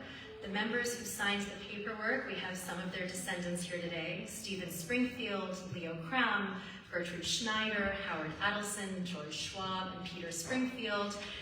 And, just to jump ahead a little bit, when I asked George what his current hopes are for this organization, he answered, to memorialize memory and to create continuity. Hopefully, we can interest the younger generation, was what he said. So as the granddaughter of Holocaust survivors, also from Riga, I'm here as the younger voice. I love seeing so many younger people in the audience today, and I'd love to meet with you over lunch and talk about ways we can make this relevant for our generation, for the future generations, how we can pass on that legacy in the memory of all those who've been lost. Maybe you have a child having a bar mitzvah and they want to remember someone and say a few words, or write something in the amazing courier that Eva Broad has been editing lovingly for years. Or we can do an electronic version. We have a Facebook group, but we can be creative. So if you have any ideas of ways to really connect this to the young people, please come see me. It's my privilege to be here with all of you today, and I know we'll make sure the memory of those before us will not be forgotten. Thank you so much.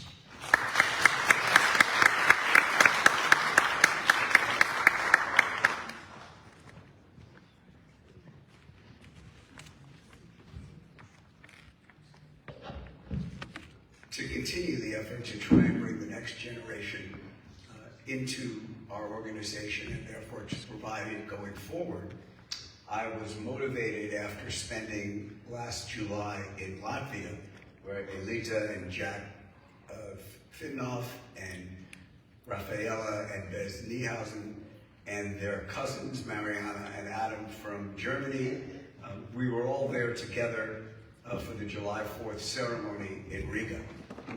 Bez and his cousin Adam were fascinating to watch as they explored their history, and they seemed excited, actually, even during lunch, where they were looking out over the city, and they had spent a great deal of time in the previous couple of weeks in Latvia learning about their background.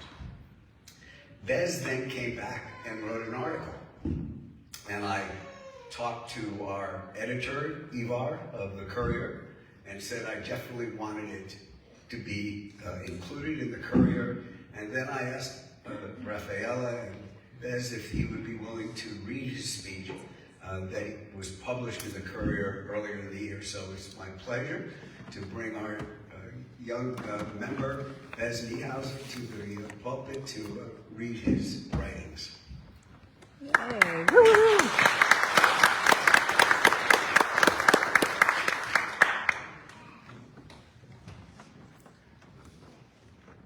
Hello everyone, I'm Bez, named after my great-grandfather Bitsala, and this is the article I wrote about my experience in Latvia this past summer. We flew in from 2 different parts of the world and met up in Riga, Latvia, where our grandparents and their families all came from, before they immigrated to the United States in 1972.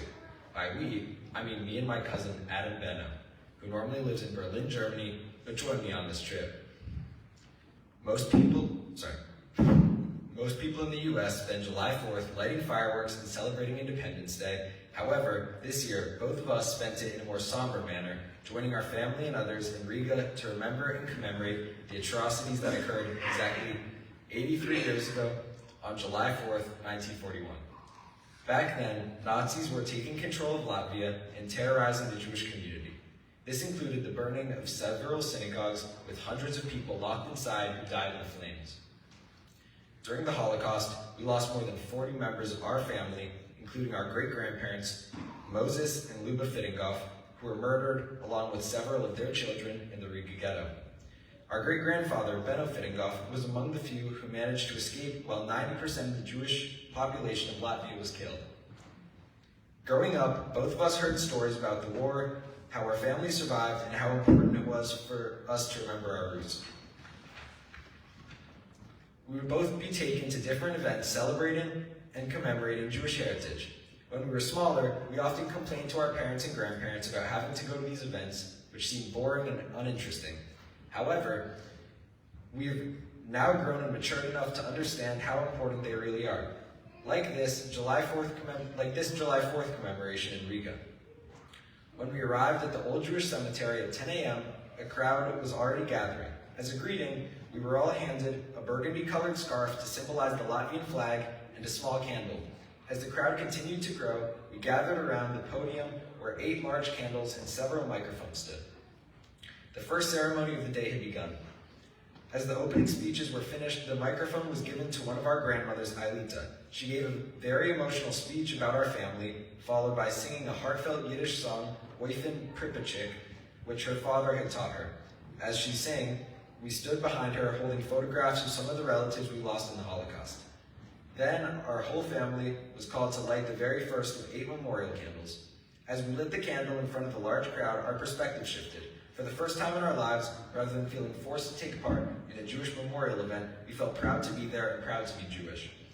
As the opening ceremony wrapped up, we began the March of the Living, which took us from the old Jewish cemetery to the great choral synagogue. Walking through the streets of Riga, which were once a dangerous place for our people, we were now accompanied and escorted by local police, allowing us to feel safe and special. Although the police gave us physical safety, the real feeling of comfort was from the people surrounding us. Over 200 people were marching together for the same cause. Although some of them were there to capture the moment on camera, while others were there for deeper family or religious meanings of remembrance, everyone was supporting and, more importantly, making sure the past is not forgotten. As we arrived at the Great Choral Synagogue, we immediately stepped up to the plaque explaining the importance of the spot. It was once one of the most prominent and influential Jewish communities and houses of worship in the entire city, but this is also one of the synagogues where the Nazis and their Latvian helpers burned innocent Jews alive. Today it is a monument and place of commemoration for the Jewish people of Riga. Everyone was told to take out the small candle that was given to them prior to the march, light it, and place it down on the ruins. Then several dignitaries, including Latvia's Prime Minister Vika Salina and the Israeli ambassador to Latvia, Sharon Rapaport-Palgi, gave meaningful speeches. Although most speeches were spoken in Latvian, which we don't understand, we could feel the sincerity. Other prominent figures spoke as well, including the chief rabbi of Latvia and the chairman of the nonprofit Jewish Survivors of Latvia, Dr. Charles Springfield. After all the speeches were done, people started to leave. The ceremony had ended. Although neither of us live in Riga, it is still a special place to us. We both have deep roots in the Latvian Jewish community going back hundreds of years. Overall, experiencing the March of the Living event in Riga was eye-opening and made us realize how important it is to never forget what happened in the past, so it is never repeated in the future. Thank you.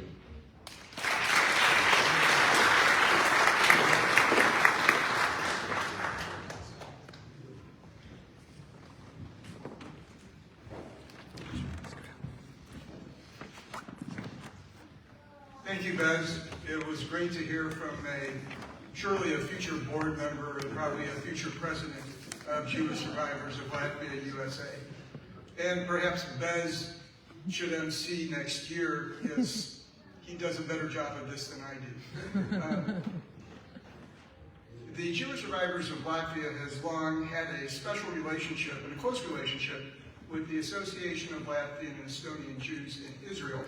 And the former chairman and a board member of the Association in Israel, Eli Volk, has sent a message, as he does pretty much every year, and has asked that we read it. So this is Eli Volk's message to all of you. Dear landsmen, Jews from Latvia in the United States, my dear friend, Eden from Letland in America. We are with you at this sorrowful occasion when you have gathered to commemorate the 27,000 Jews, young and old, killed by Germans and Latvians in Rumbula, and tens of thousands more of our brothers and sisters killed in about 72 other towns and shtetls on the Latvian soil. On the day of your Easter assembly, we, your brethren in Israel, send you fraternal greetings and a Yasher Koach. And I want to use this occasion to greet your eldest survivor, the notogenarian Professor George Schwab, wishing him good health and Mazel Tov. As you may know, since 1947, we in Israel have held a similar annual Yizkor assembly where 6 candles are lit and prayers are said. This year, we shall meet on December 4th. One cannot overestimate the spiritual importance of such events. This is the way in which we fulfill the last will of the victims, to remember and to preserve, to remember what happened to our people, and to pass the memory on to the generations to come. Therefore, our gatherings have an important message. Am Yisrael Chai. Our association in Israel has been conducting heritage tours to Latvia, but we see as an important achievement individual visits as well, where members of second and even the third generation who were born in Israel visit Latvia. We hope that the blocking of Israeli airspace will end soon and we shall be able to renew visiting sites of massacres on Latvian soil. 43 communities were destroyed and some 73 massacre sites are there. Since the Jewish community in Latvia has been receiving compensation for Jewish communal property in Latvia, which began just a few years ago, let's hope that the memorial stones in Rumbula will be renovated. As you know, in Israel, a new massacre took place on October 7th last year, but nothing should be seen equal to the Holocaust, including that event. Thank the Almighty, we have a strong army that is responding to those who want to kill Jews. Let us be united in our aspiration to pass on to the next generation the pride of belonging to the entity Latvian Jews. Und ich will verdicken mit Werte was trinken, ois unser Gefühl zu Tag. Superit overferment. And I wish to conclude with our slogan, And I wish to conclude with our slogan, dispersed but united. And that is the message from Tel Aviv, from Ellie Volk.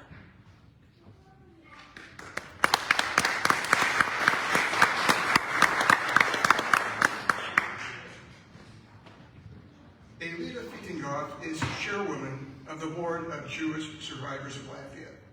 Elita is a tireless supporter of the Holocaust survivors throughout all her life. Through countless concerts and fundraising events, she has raised millions of dollars. Her dedication to keeping the memory alive is unwavering. She emphasizes the importance of passing the torch from generation to generation, which is more important today than ever.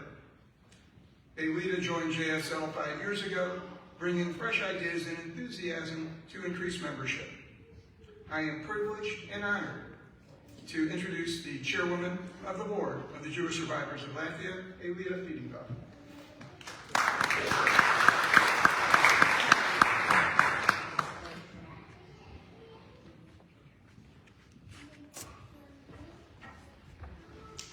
Good afternoon, ladies and gentlemen.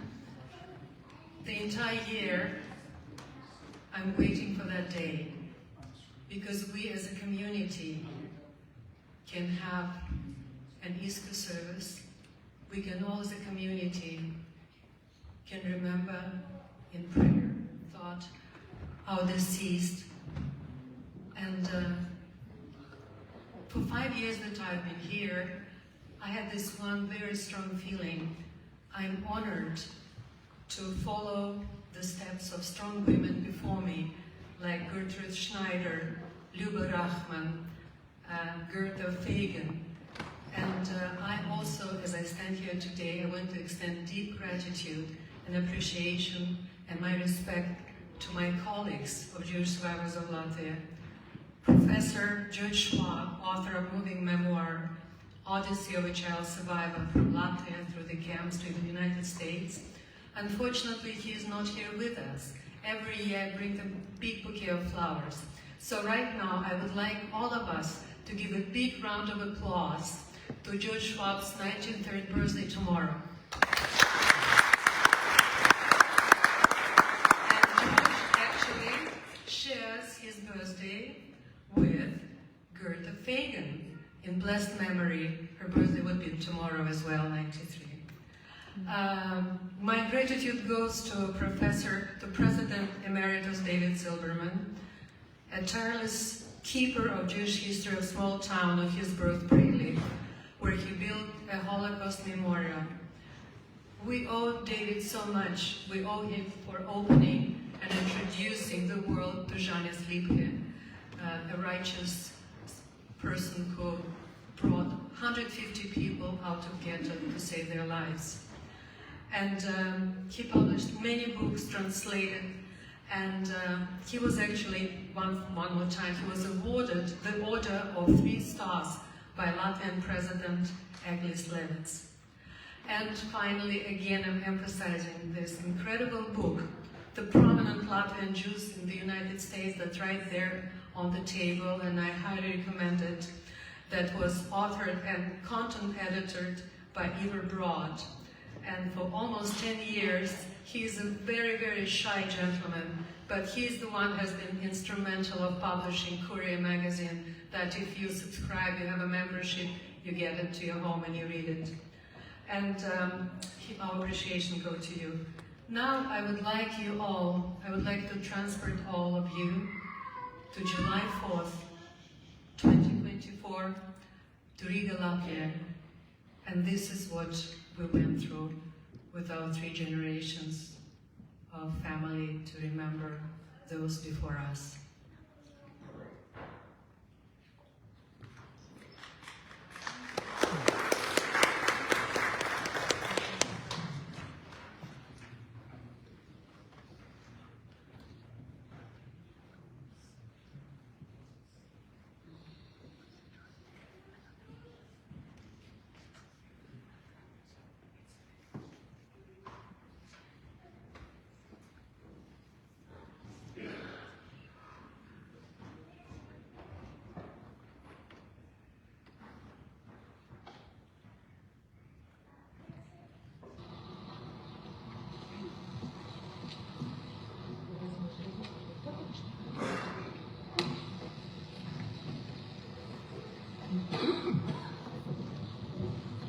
Thank you.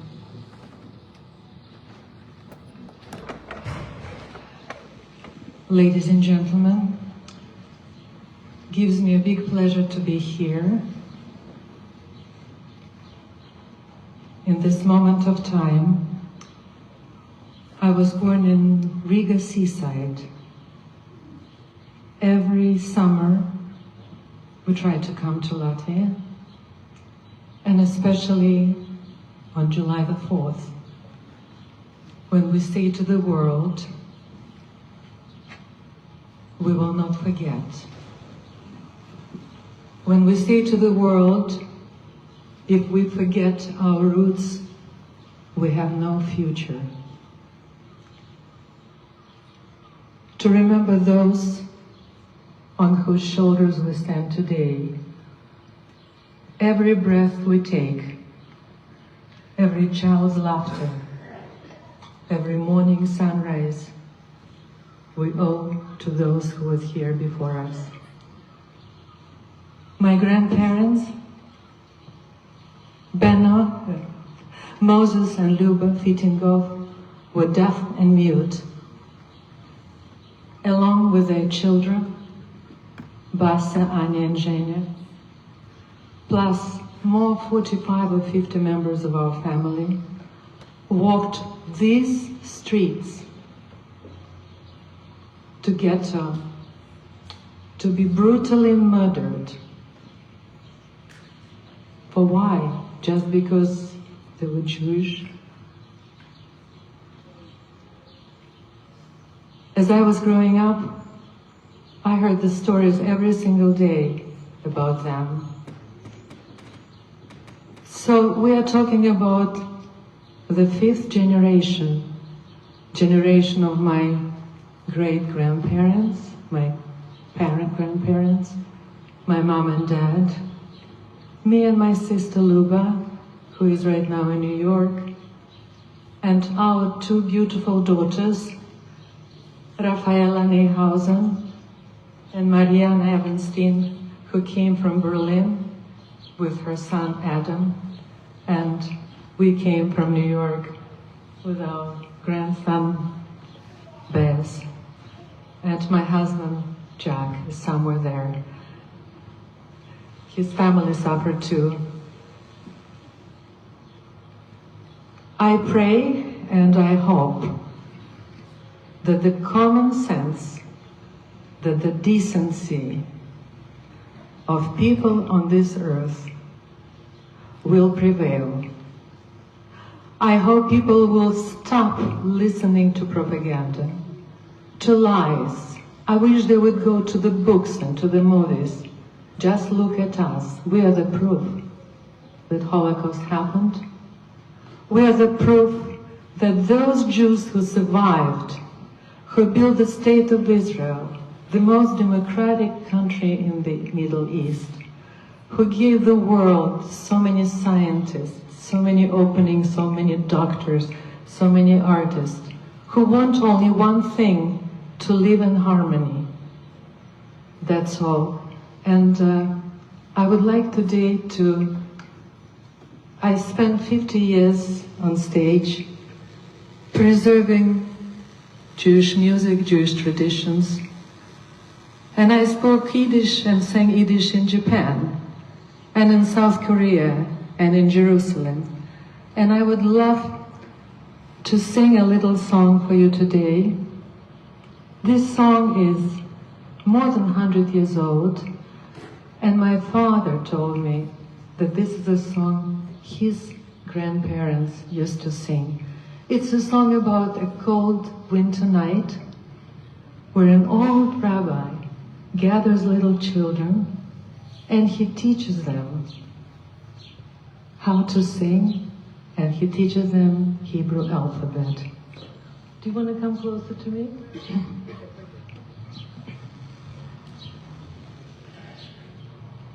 Eulen Pripetschik brennt a fire, und in Stub is heiß, und der Rebel lernt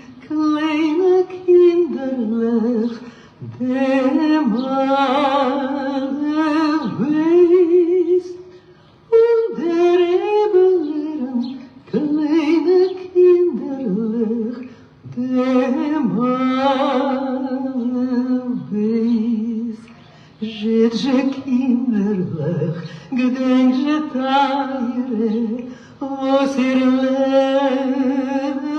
du. Sag je noch amol, und takin noch amol, kommt alle vor. Sag je noch amol, und takin noch amol, kommt alle vor.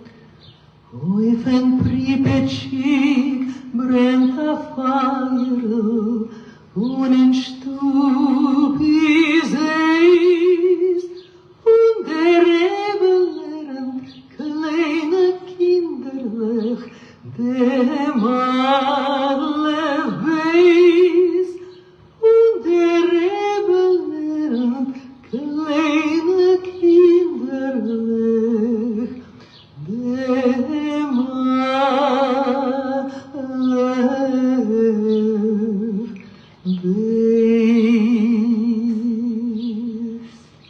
Leos Paulius, thank you, and Am Israel, Chai and peace, and thanks to this wonderful, beautiful land of Latvia.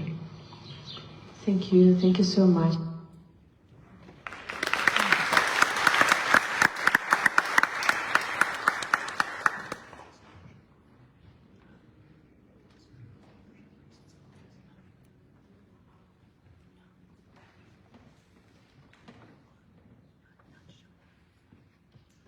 Thank you, Alita. It's a beautiful version of Raisins and Almonds, one of my personal favorite Yiddish songs. In a moment, I will read the names of members who have passed away since our last memorial service, after which we will recite the Kaddish. First, I want to say a few words about a few of those we mourn. This past year, we lost Vice President of Jewish Survivors of Latvia, our beloved Joseph Parker. Joe was the representative of the second generation on the board for a very, very, very long time, and MC of this Yizkor service for as long as anybody here can remember, with the only possible exception being our President Emeritus, David Silberman.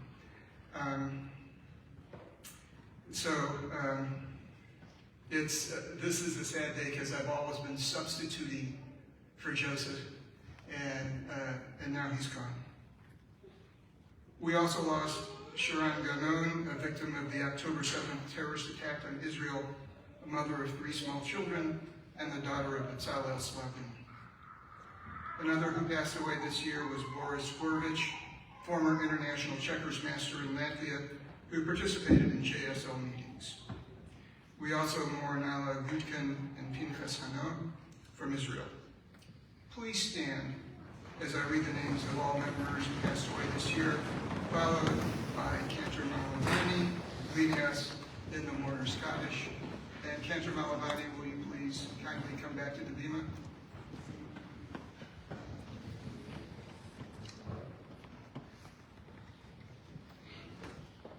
Just have a seat or stand, please, rather. Joseph Barber, Hillel Hershitz, Shiran Ganum, Boris Gorovich, Keith Haber, Ala Gutkin, Anna Takula, Pinchas Hano. Cantor Malavani.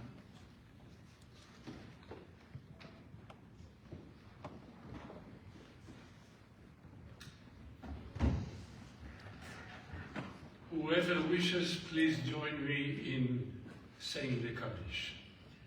Yizgadal v'yizkadash shemei rabo ve'olema divrachi v'usei v'yamlich malchusei v'chayeichon v'yomeichon v'chayei dechol beis Yisrael ba'agala u'vizman kariv v'imu amen. Yehei shemei rabo mevorach לעולם ולעולמי יסבורך וישתבח ויספואר ויסומן ויסנסי ויסדר ויסלם ויסלם שמי דקודשה בריחו לילה מן כל ברכסה ושירסה תושבחסה ונחמסה דמירון ביולמה וימרו המחי יהי שלם הרבה מן שמיה וחיים עלינו ויעלה כל ישראל וימרו עושה שלום במרומיו, הוא יעשה שלום עלינו ועל כל ישראל.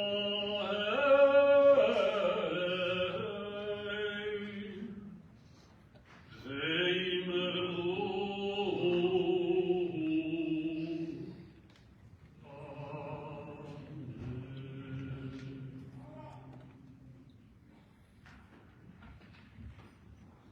You may be seated.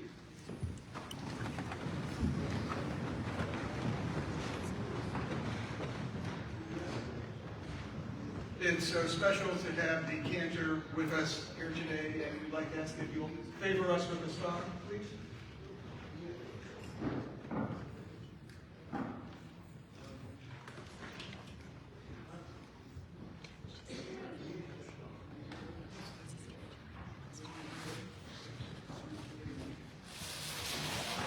The musicians are working out the details.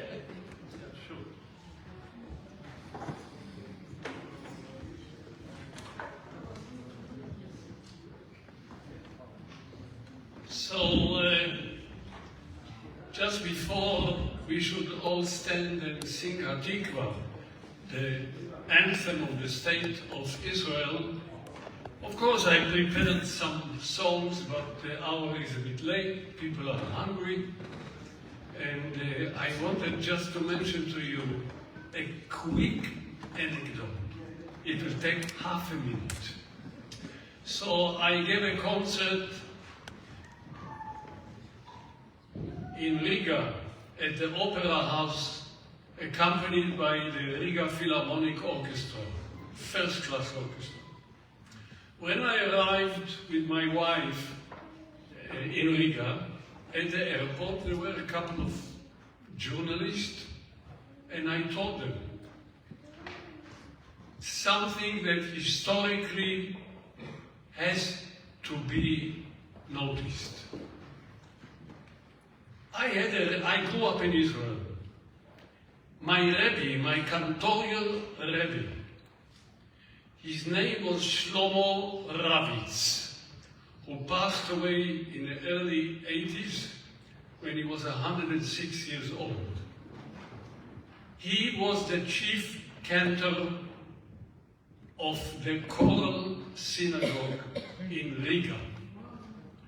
And the music which he sang, eventually as the chief cantor of Tel Aviv, and then he taught us in the school, the famous video school in Tel Aviv, was a lot of the music which he sang in Riga, based on proper nusach, as we call, of prayers. Today, I said to the journalists, I am bringing Ravitz's music back to Riga. And you should be proud.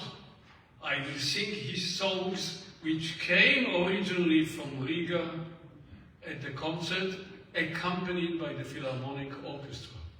I wrote the arrangement. The following morning, I couldn't get out of the hotel room because every journalist, every television, every radio, everybody, who was that Ravitz? So instead of going to see the city, I was busy talking about my Rebbe. I thought I would share it with you because I can never forget it. Kindly rise. And please sing with me Hatikva. Kol Otaeva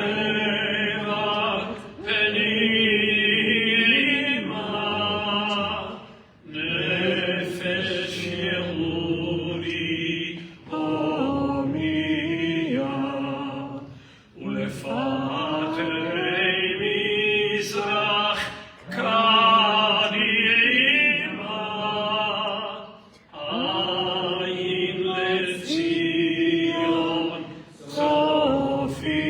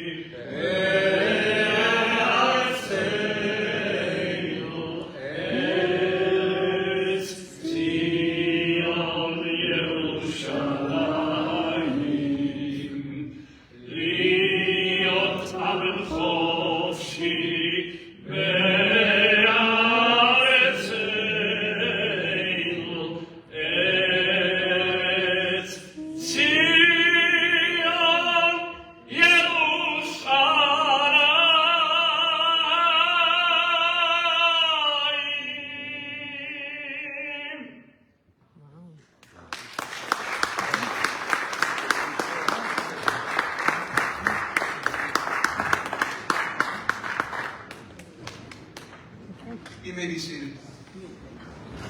Thank you, Cantor Melvin. As the saying goes, your mouth and our mouths to God's ears. A personal note, over the past 5 years or so, it's been a very great honor to substitute MC for our friend Joseph Harper for this annual memorial. After the war, survivors in Riga, Israel, and here in New York continued the tradition begun in the Riga ghetto. It's been a privilege to be able to attend this Yizkor service for most of the past 20 years.